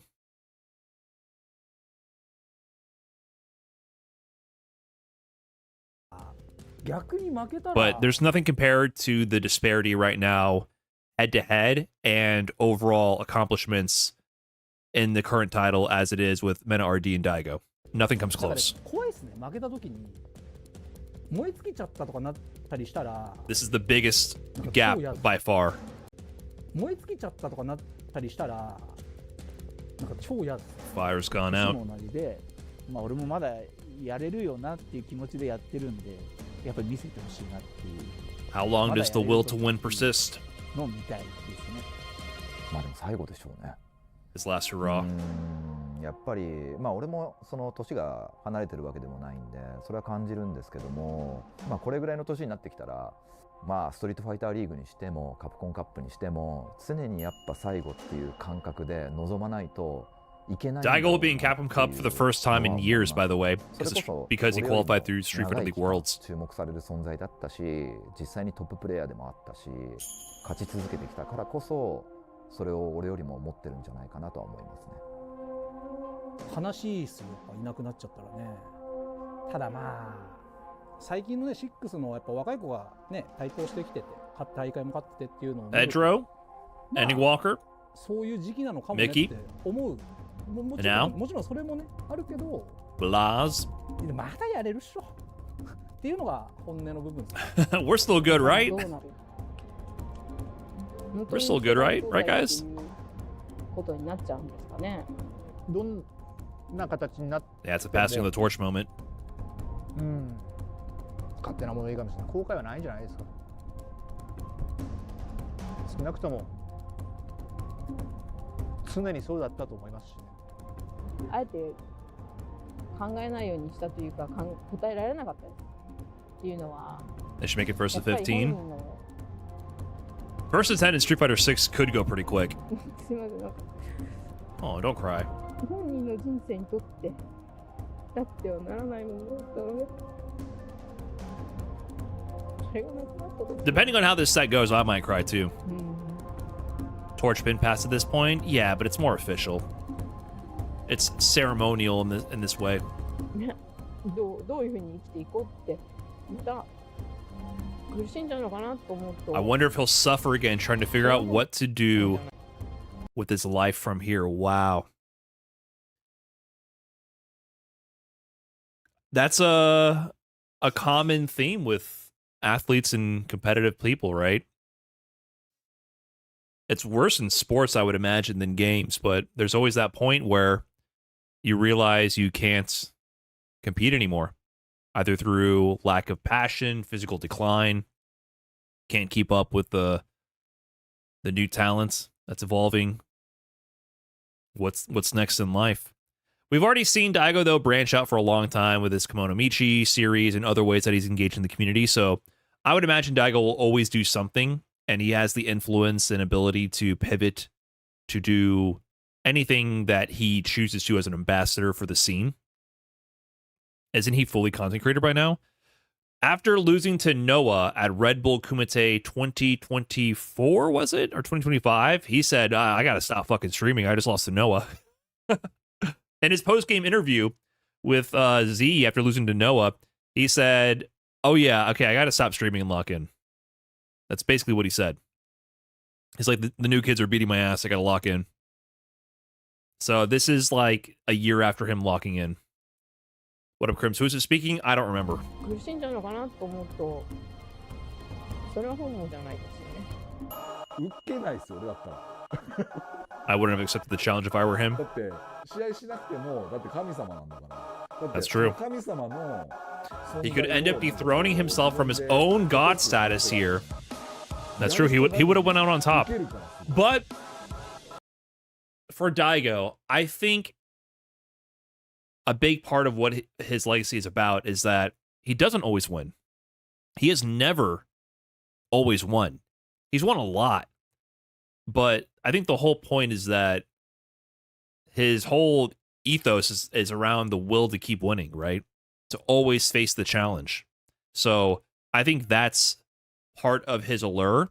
So I don't think it would harm his legacy to be beat. I think that would only strengthen his reserve from not shying away from a challenge just because you're scared that you are going to lose, but to face the challenge head on and try to grow from it forever. So I think that isn't an issue for the type of cult of personality that Daigo has established. あんな日頃は梅ちゃんですけどね。かっこいいですよね。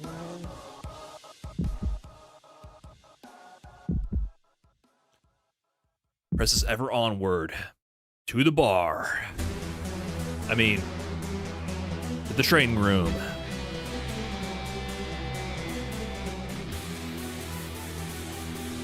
The Beast versus the Bull, Kimono Michi, April 29th. メナー強いんじゃないのって言ってるけど、いやいやいやいや、それ2先とか3先の話なんです。 Oh, okay. Yeah, there we go. Start talking some shit for Daigo. Only first to 2, first to 3, but first to 10. That's Daigo. That's Bruce Wayne. I've experienced the utter beatdown he had in store. So given the first to 10 format, I think the odds are probably in Umahara-san's favor. There we go. I love a delusional king. Man, I would love to be proven so fucking wrong, though. I want to see what Tokido is seeing. He's the kind of player who can conjure tremendous strength when he's set his mind on defeating someone. I would love to be so wrong. I've been a victim firsthand. Exactly. You guys, listen, please tell me you guys will watch my video tomorrow. Please. I played him in a first to 10 once at Topongo. I lost the set. I didn't cover this one. I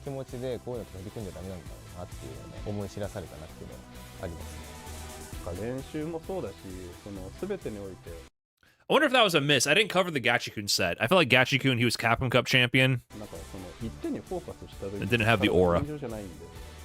I did Evo champions.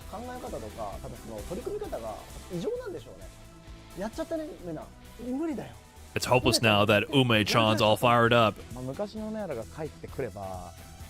We see a return to old Umehara. I'm sure he's to win. 100% Ume-chan.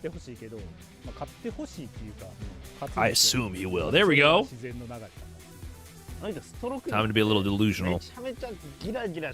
Ever since the switch to Street Fighter 6, he hasn't quite had the same voracious hunger to achieve dazzling victories. Uh-oh. Calling him out. That feeling seems to have waned a bit, to be blunt. But for this fight, I think that hunger has come roaring back. But is it too little too late? Damn, we got 20 minutes of them being real, and they're like, at the end, the interviewer's like, okay, we need you to glaze Daigo at the end to give us some hopium to close this out. It's going on the Daigo channel. Defeat will not be tolerated. I'm carrying a big shell on my back for you, Turtle Man. Is this like some Master Roshi shit? What does that mean? I'm carrying a big shell on my back for you, Turtle Man. I'm missing something here. This must mean something. I'm missing the context. As Daigo the tortoise, and Mena's the hare, and he's holding the shell for the tortoise so he can go faster. All new Daigo. Please enjoy yourself out there. I think that's the best response. Please enjoy yourself. We just want to see Daigo go hard in the paint. Momoshi getting anime with it. We just want to see Daigo give it his all one last time. If he goes down swinging, that's good enough for the fanboy and me.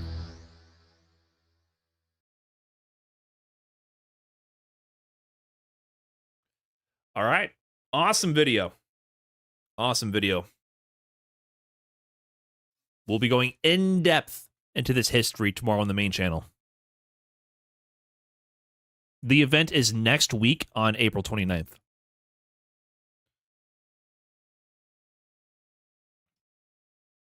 Cool video.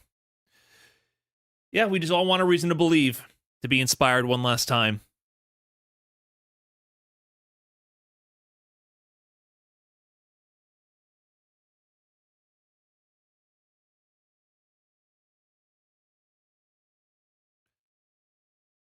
Oh shit, I forgot we got the video.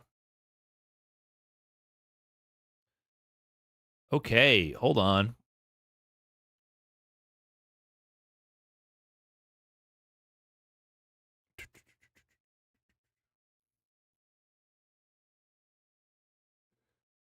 We got the Ingrid video. I gotta get this uploaded.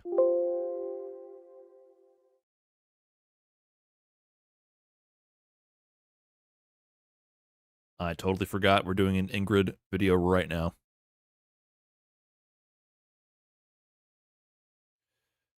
Like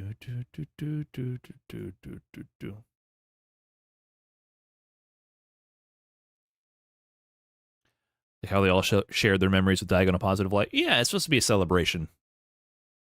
I see it as a celebration of Daigo's career.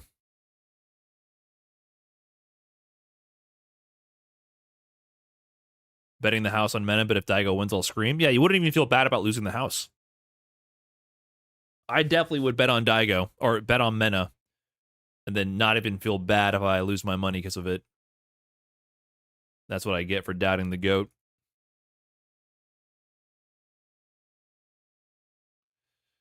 YouTube, it is time. We finally actually use this. Here you see the first post. So you can accomplish short build stocks here at the man.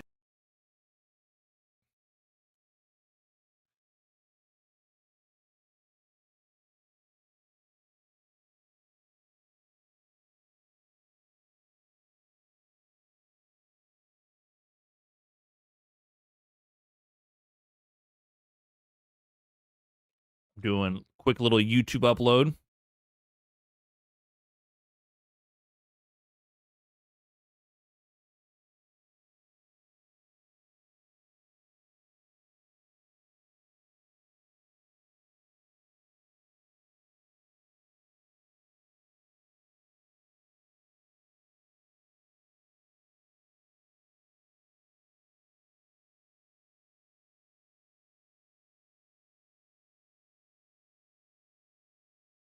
Do.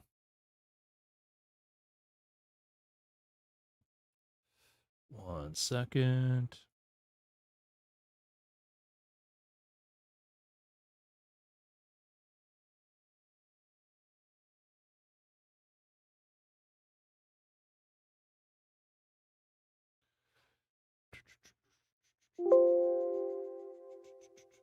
Uploading video. Need to get this out.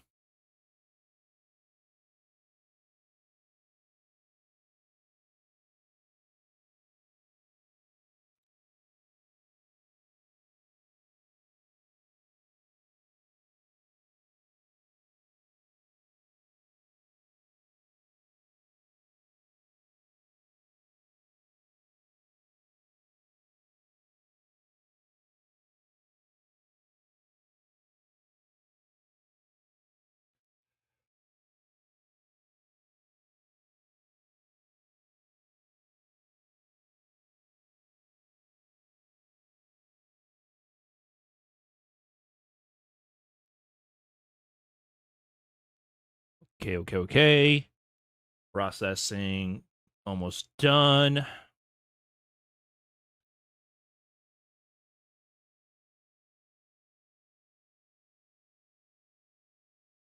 Okay. Here's hoping we get the Bayonara at the end. You don't. You don't. I can only imagine how high the YouTube views are going to be for that match. Yeah, this will be a big deal. I wonder if this will break containment.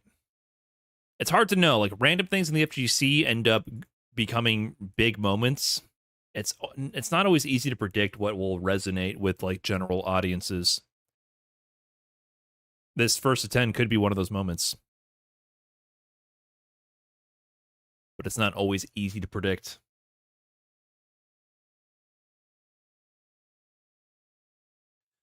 If Daigo wins, I think he does. Yeah, maybe. If Daigo wins, it can go viral. Like, this would actually go far beyond the FGC.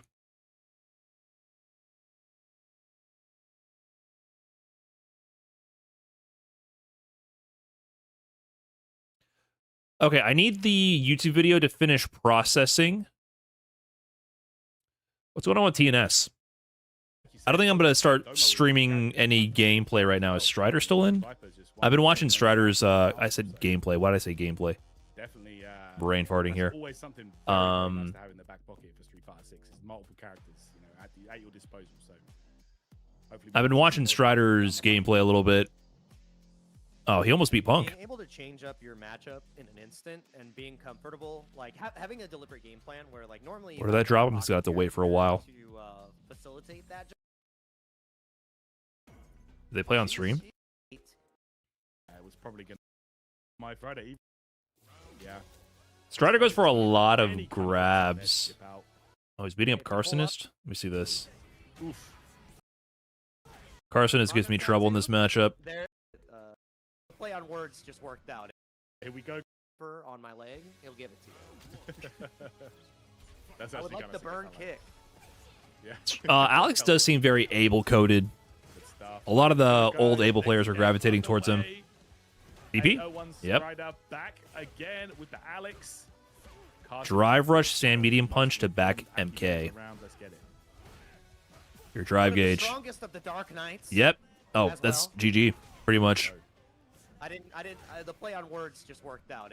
I'm very happy about that one. But the command Burnout grab, slash into immediate command grab. I never do that. I think you just go for it, right? Yeah, just go for it. Early jump heavy punch to get the optimal. Level 1. Yes, sir. Yes, sir. Ended the round like Roman Reigns ended the Oh, they didn't stream the Strider Punk set? 5 MP connected. If you do the stun combo, what you got to do is you have to do the jump in heavy punch early, and then it'll auto time against most of the cast the late active frame lariat. So press the jump heavy punch high up. Don't press it too low, and then it'll work. The lariat will hit late, and you get stand medium punch. Nice interrupt from Carson. Oh, the anti-air, dude, jumping while poisoned is a brave choice. Yeah, you're not wrong. Yeah, drive rush medium to the heavy slash here and there. You explode. Ooh, stand heavy kick to parry. You went for manual sweep there? You can juggle, like, the only normal that Alex has that juggles without drive rush is sweep. You can actually do a lot of juggles that end with sweep. There's certain situations where you can't do anything else besides sweep, not even drive rush heavy punch. It's pretty funny. Hey, one round a piece here. Ooh, air to air. We're going straight in with the knee smash. Hey, yeah, Strider getting a bit heavy with these grab attempts. Carson is just too active on the defensive. All right, Spinebuster. Driver's jab, tick throws. Wait, what is this sequence? I'm not good with the Oki from the regular grab. So he got a regular grab, dash up command grab. That's got to be light. Interesting, okay. Another setup I learned from Strider is after DP knockdown, just do back medium kick into light command grab, and that just works. Oh shit, Carson is just taking some grabs. He does a lot of confident walk-up throws as well, even after lariat like that. Drive rush jab whiff into command grab. I like that. The drive rush jab. Yeah, he has Strider. I've definitely copied. I watched just some of his random stream VODs, and there's a lot of like take command grab setups that were pretty good. Because the light command grab, you know, it has okay range. Go ahead. I was just gonna say Strider just so much. Strider plays Alex much like his Able. Yeah, he favors a lot of regular grabs before mixing in the command grab. I do think this character is kind of Able coded, to be honest. This is an Able master. All right, don't get it twisted. Yeah, Able, G, you know, the hybrid grapplers run through this guy's blood veins. So yeah, he's ready always. Just give him a top hat and a fireball that's also a barrier, and like he's got this. Oh man, yeah. Strider just he's always so ready with the grabs. Oh my gosh. I don't know why Carson's not just hitting him. He keeps trying to bait throw text mid screen. So strong. How did he get this whole sequence? Hold on. So how is he keeping his turn going? Gets a DP. Drive rush, jab, stand medium punch, jab, heavy punch, stance lariat. Dominating aspect of the tool. Oh, he's overwhelming Carsonist. Okay, yeah, that was an awkward angle there. Would have been tough for Strider to. Okay, yeah, takes the backdrop to keep corner side. Nah, I think you can only do it from the medium whip is kind of weird for Alex. It actually kind of zones him out, covers the air approach as well. Went for some cheeky cross up. That was weird. Plus. Nice walk away. He tried to whip punish it. It's still crazy to me that. Oh yeah. Carsonist actually. I'm pretty sure he wanted Strider to try to drive reverse that. Bitch, I live in a fucking trash can. Oh. Damn. Was the immediate command grab there? It's still crazy. Yeah, if you drive reversal that, he could have reacted to the drive reversal with CA. Jump in, light kick, jab. I never do stuff like that. He has good tick throws to the light command grab. Asuna for life at the 32 months. Thank you. Appreciate that. Hasn't really been getting any perfect parries on these, Nightshade pulses, but it's not the end of the world. He has been in control the entirety nice scratching MK. Medium. Yes, he's very good at going into stance, dashing up, and reacting to the situation. Instead of autopiloting the sequence, he gets a lot of like surprise stance anti-air. So he did crouching MK space, stance, dash up, saw the neutral jump, and then went for it. Empty jump command grab. Better Oki situation. Double down there, power bomb, double foot stomp. Oh my gosh, one button. This is unscaled damage. This is a lot. Alex has high health, but still doesn't matter, yeah. Damn. Oh, Lariat. Oh, back medium. No, it should have been Lariat, right? Dude, jab command grab is just working every time. He closed that one out. Oh, pick up. Yeah. Oh, drop the dream combo. You know he's hitting the replay takeover after that, and he burned himself out. I think he got too excited. He got too excited. Yeah, try to low profile the slash. Damn. You know Carson is hitting the replay takeover after this. Any kind of block stun there to chip out. 2-0 lead now. Both players going for their max damage punishes, and the drop ended up being in Strider's favor, so 2-0 lead. That was close. On the board. Nice heavy lash there. Immediate walk back jab. So what does he do after the back MK back turn? Prowler stance, dash up grab, sneaky. Going in with the grabs now. Oh, now he goes back MK after driver's jab. Okay, so a lot of driver's jab, command grab, and then finally he goes for back MK. Medium punch? Yeah, he's so aware, dude. He's so aware. So good. Prowler medium. Like, he dashes up and he reacts to whatever you're doing every time. Point here. And I really like Strider going for more grabs on casting his wake up because it eliminates the snake step to get out the corner, you know? How come I get this conversion you can do when you hit the corner, I right? really like Strider going for more grabs on casting his wake up because it eliminates the snake step. I think you have to hit the corner for this to work. That's right. You cannot utilize that to try and escape, and it forces jump where exactly where Alex wants you to be anyways. Exactly. Setting the stage time and time again. Just disrespecting the Oki. That's right.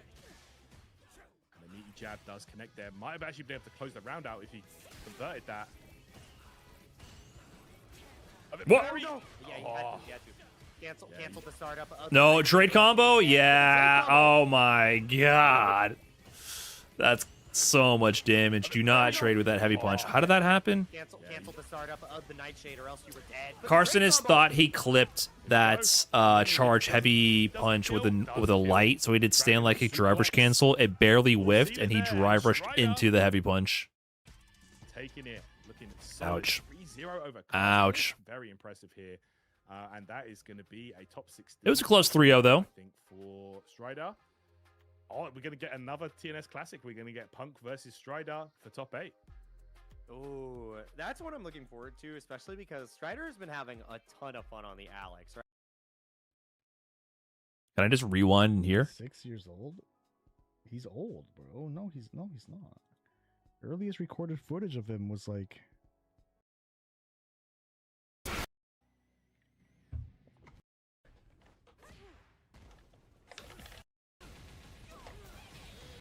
I play Punk.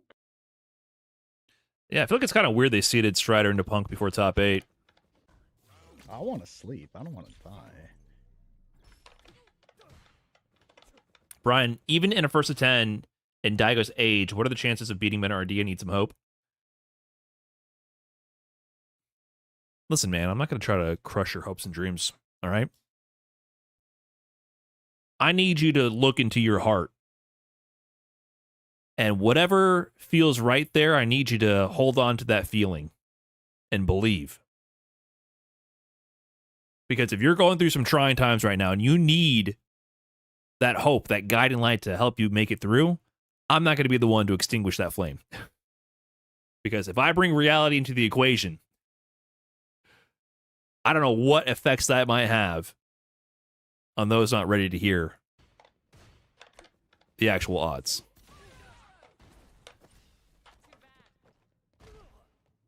You're in the trenches. This is saving it's my saving grace right now with the first of 10. Daigo got this one, man. Daigo got this. Just like you got those finals, Daigo got this, man. If Daigo can do this first of 10, you can pass those finals, dude. You got this, man. The will to keep studying. I believe in both of you equally.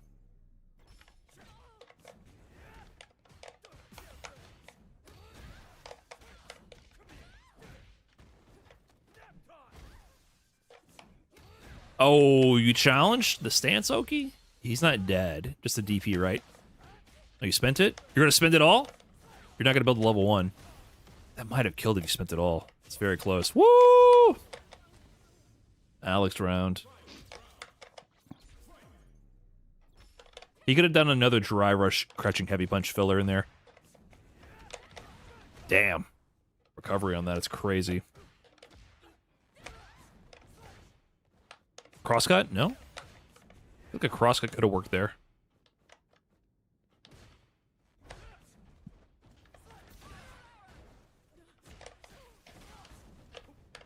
Oh, no jump medium punch.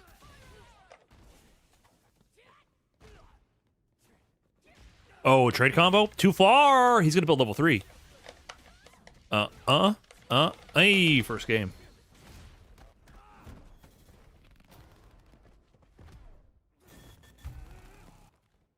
First game. Dude, why is this video taking so long to check for monetization? This is taking way too fucking long, man. I needed to go live 39 o'clock.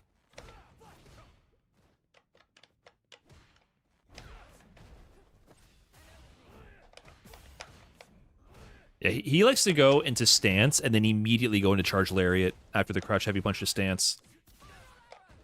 He doesn't add like a jab filler in between to make the string a little tighter.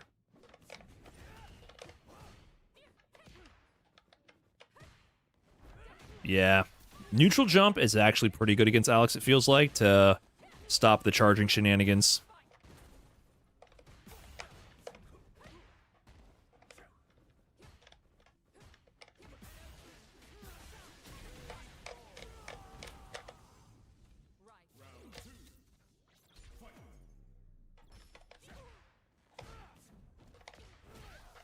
Sneaky dash, and he kind of delayed that dash. Yeah, I gotta respect more the fact that the Prowler stance dash to jab is pretty fast. It can catch people off guard, especially if they're thinking about the elbow, for example. You can kind of just dash in and jab if they're scared of the other options. Yeah, this is a TNS run. I didn't enter because the Ingrid stuff. But I've been trying to just copy Strider's gameplay. Because Alex is really good.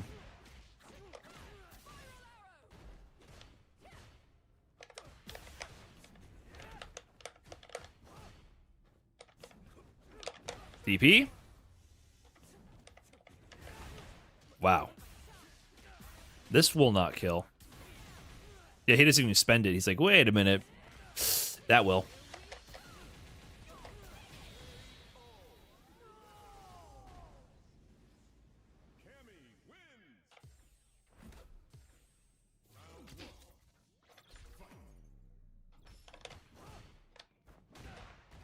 Okay, Ingrid gameplay, breakdown, and reaction live.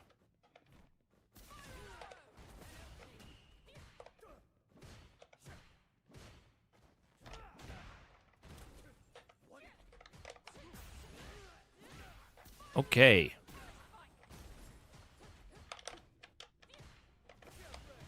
Finally. YouTube processing took way too long. All right, chat, if you want to rewatch what we did on stream, the video's live. Who is a better Alex, Strider, or ADHD Gamer? That's an unfair comparison, man. Nobody's better than ADHD Gamer. Does she look harder than Sea Viper to you? Sea Viper is difficult because of execution requirements. No character will be harder in that front, I don't think, in the entire game. She looks more complex in her routing and mix options.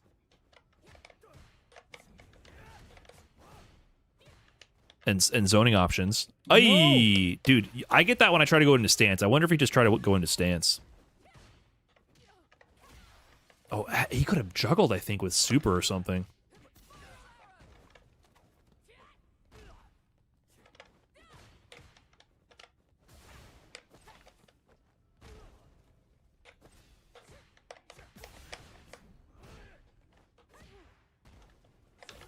GG.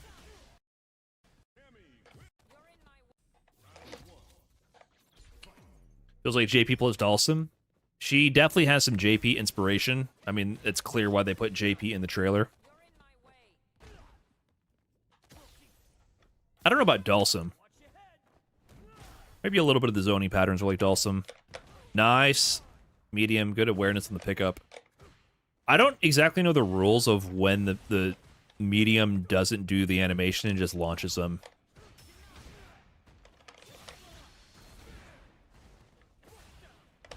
Oh, he just goes for it? Forces the burnout?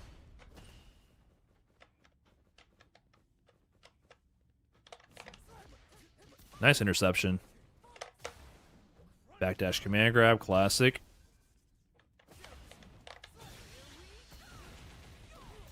Good call out. Can't afford the trade. I guess the teleporting? Yeah, but she's not really going to have, like, Dhalsim-style teleport mix. It's going to be different. She can't teleport behind you.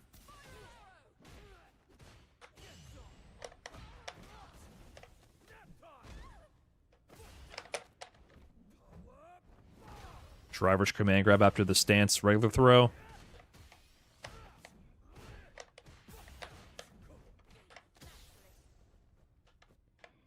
Oh, what a whiff.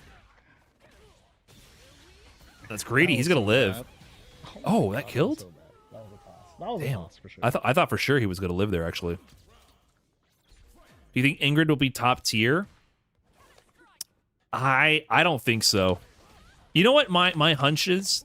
This is just a complete hunch based on the gameplay trailer. She seems like less broken JP with a low forward drive rush. She can only back teleport. She can't empty teleport. Her teleports that go in have offensive moves that she has to commit to. They come out no matter what, but they're plus on block. But that means you can't empty jump low, or you can't bait out like parries or anything and throw. She has no OD reversal. Her counter is yet to be determined how strong it is really. She has low forward drive rush, but it looks like more stubby. And she doesn't have maybe quite the same oppressive zoning as JP. And her level 2 looks more fair. So I feel like she might be more safe JP in terms of how the developers are approaching it.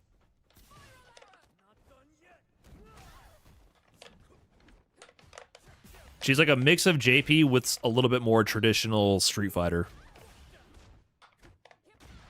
Punish counter? Yep. Oh, nice routing to the DP. What a challenge. Strider was +5 there. Man, he reacts to the stance so quick. GG. I think I can medium punch that super. I can with her level. What a bias. I thought she would be I can. whack, but I'm actually very intrigued. Honestly, it seems like your kind of character. I'm intrigued too, man. That's what I was thinking about this character the whole time. Like, I don't care about the design or anything about, you know, whatever the fuck's going on with the lore. All I saw was she had weird fireball moves, and they're making her some kind of interdimensional wizard, so I thought, okay, you have a blank slate kind of to get creative with the moveset. And I like the multi-projectiles, the different angles they can go. It definitely gives me a little bit of Aura vibes. It gives me a little bit of JP vibes. I'm interested. I'm actually interested. Low-key, I thought I was going to kill.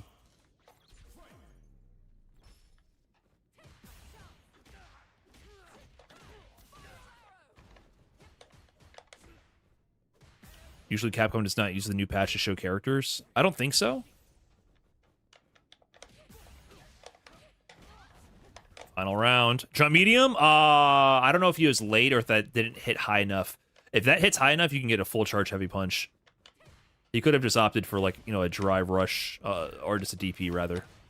Man, he spent a lot of research. Nice! Air to air. What an option right there. That was a hard call out on the hop. Super level 1. He can... Yep, okay. That's why he went to the air. Oh! He could have done Lariat and killed him with level 3, or put him in burnout. It's gonna be close. You're gonna get chipped soon. Yeah, nice. Nice. Fuck! Yeah, this was... If he was more ready... The thing is, the crushing medium... Sorry, the medium ender out of the stance can beat things like, I think it can beat the drill. It'll beat level 1, I believe. So he probably just had that on his mind. But if he was godlike here in this moment and like reacted to that drill whiffing and then did lariat, he would have got, he probably would have burnt him out. And then got his drive gauge back. Nice. Fuck. Good game, good game, good game. Okay, guys, I'm actually going to pack it up here. I'll be checking out TNS and the rest of Strider's run off stream as well. Once again, if you want to see the Ingrid breakdown, I got it on YouTube now, so you can check that out. But otherwise, I'm going to be packing it up here. I'm going to send you guys over on Twitch to Tampa Never Sleeps. Of course, love me some Marvel, but I'm actually looking forward to the SF4 tournament, bro. SF4. And other than that, I'm packing it up. We'll get back to streaming some actual gameplay soon.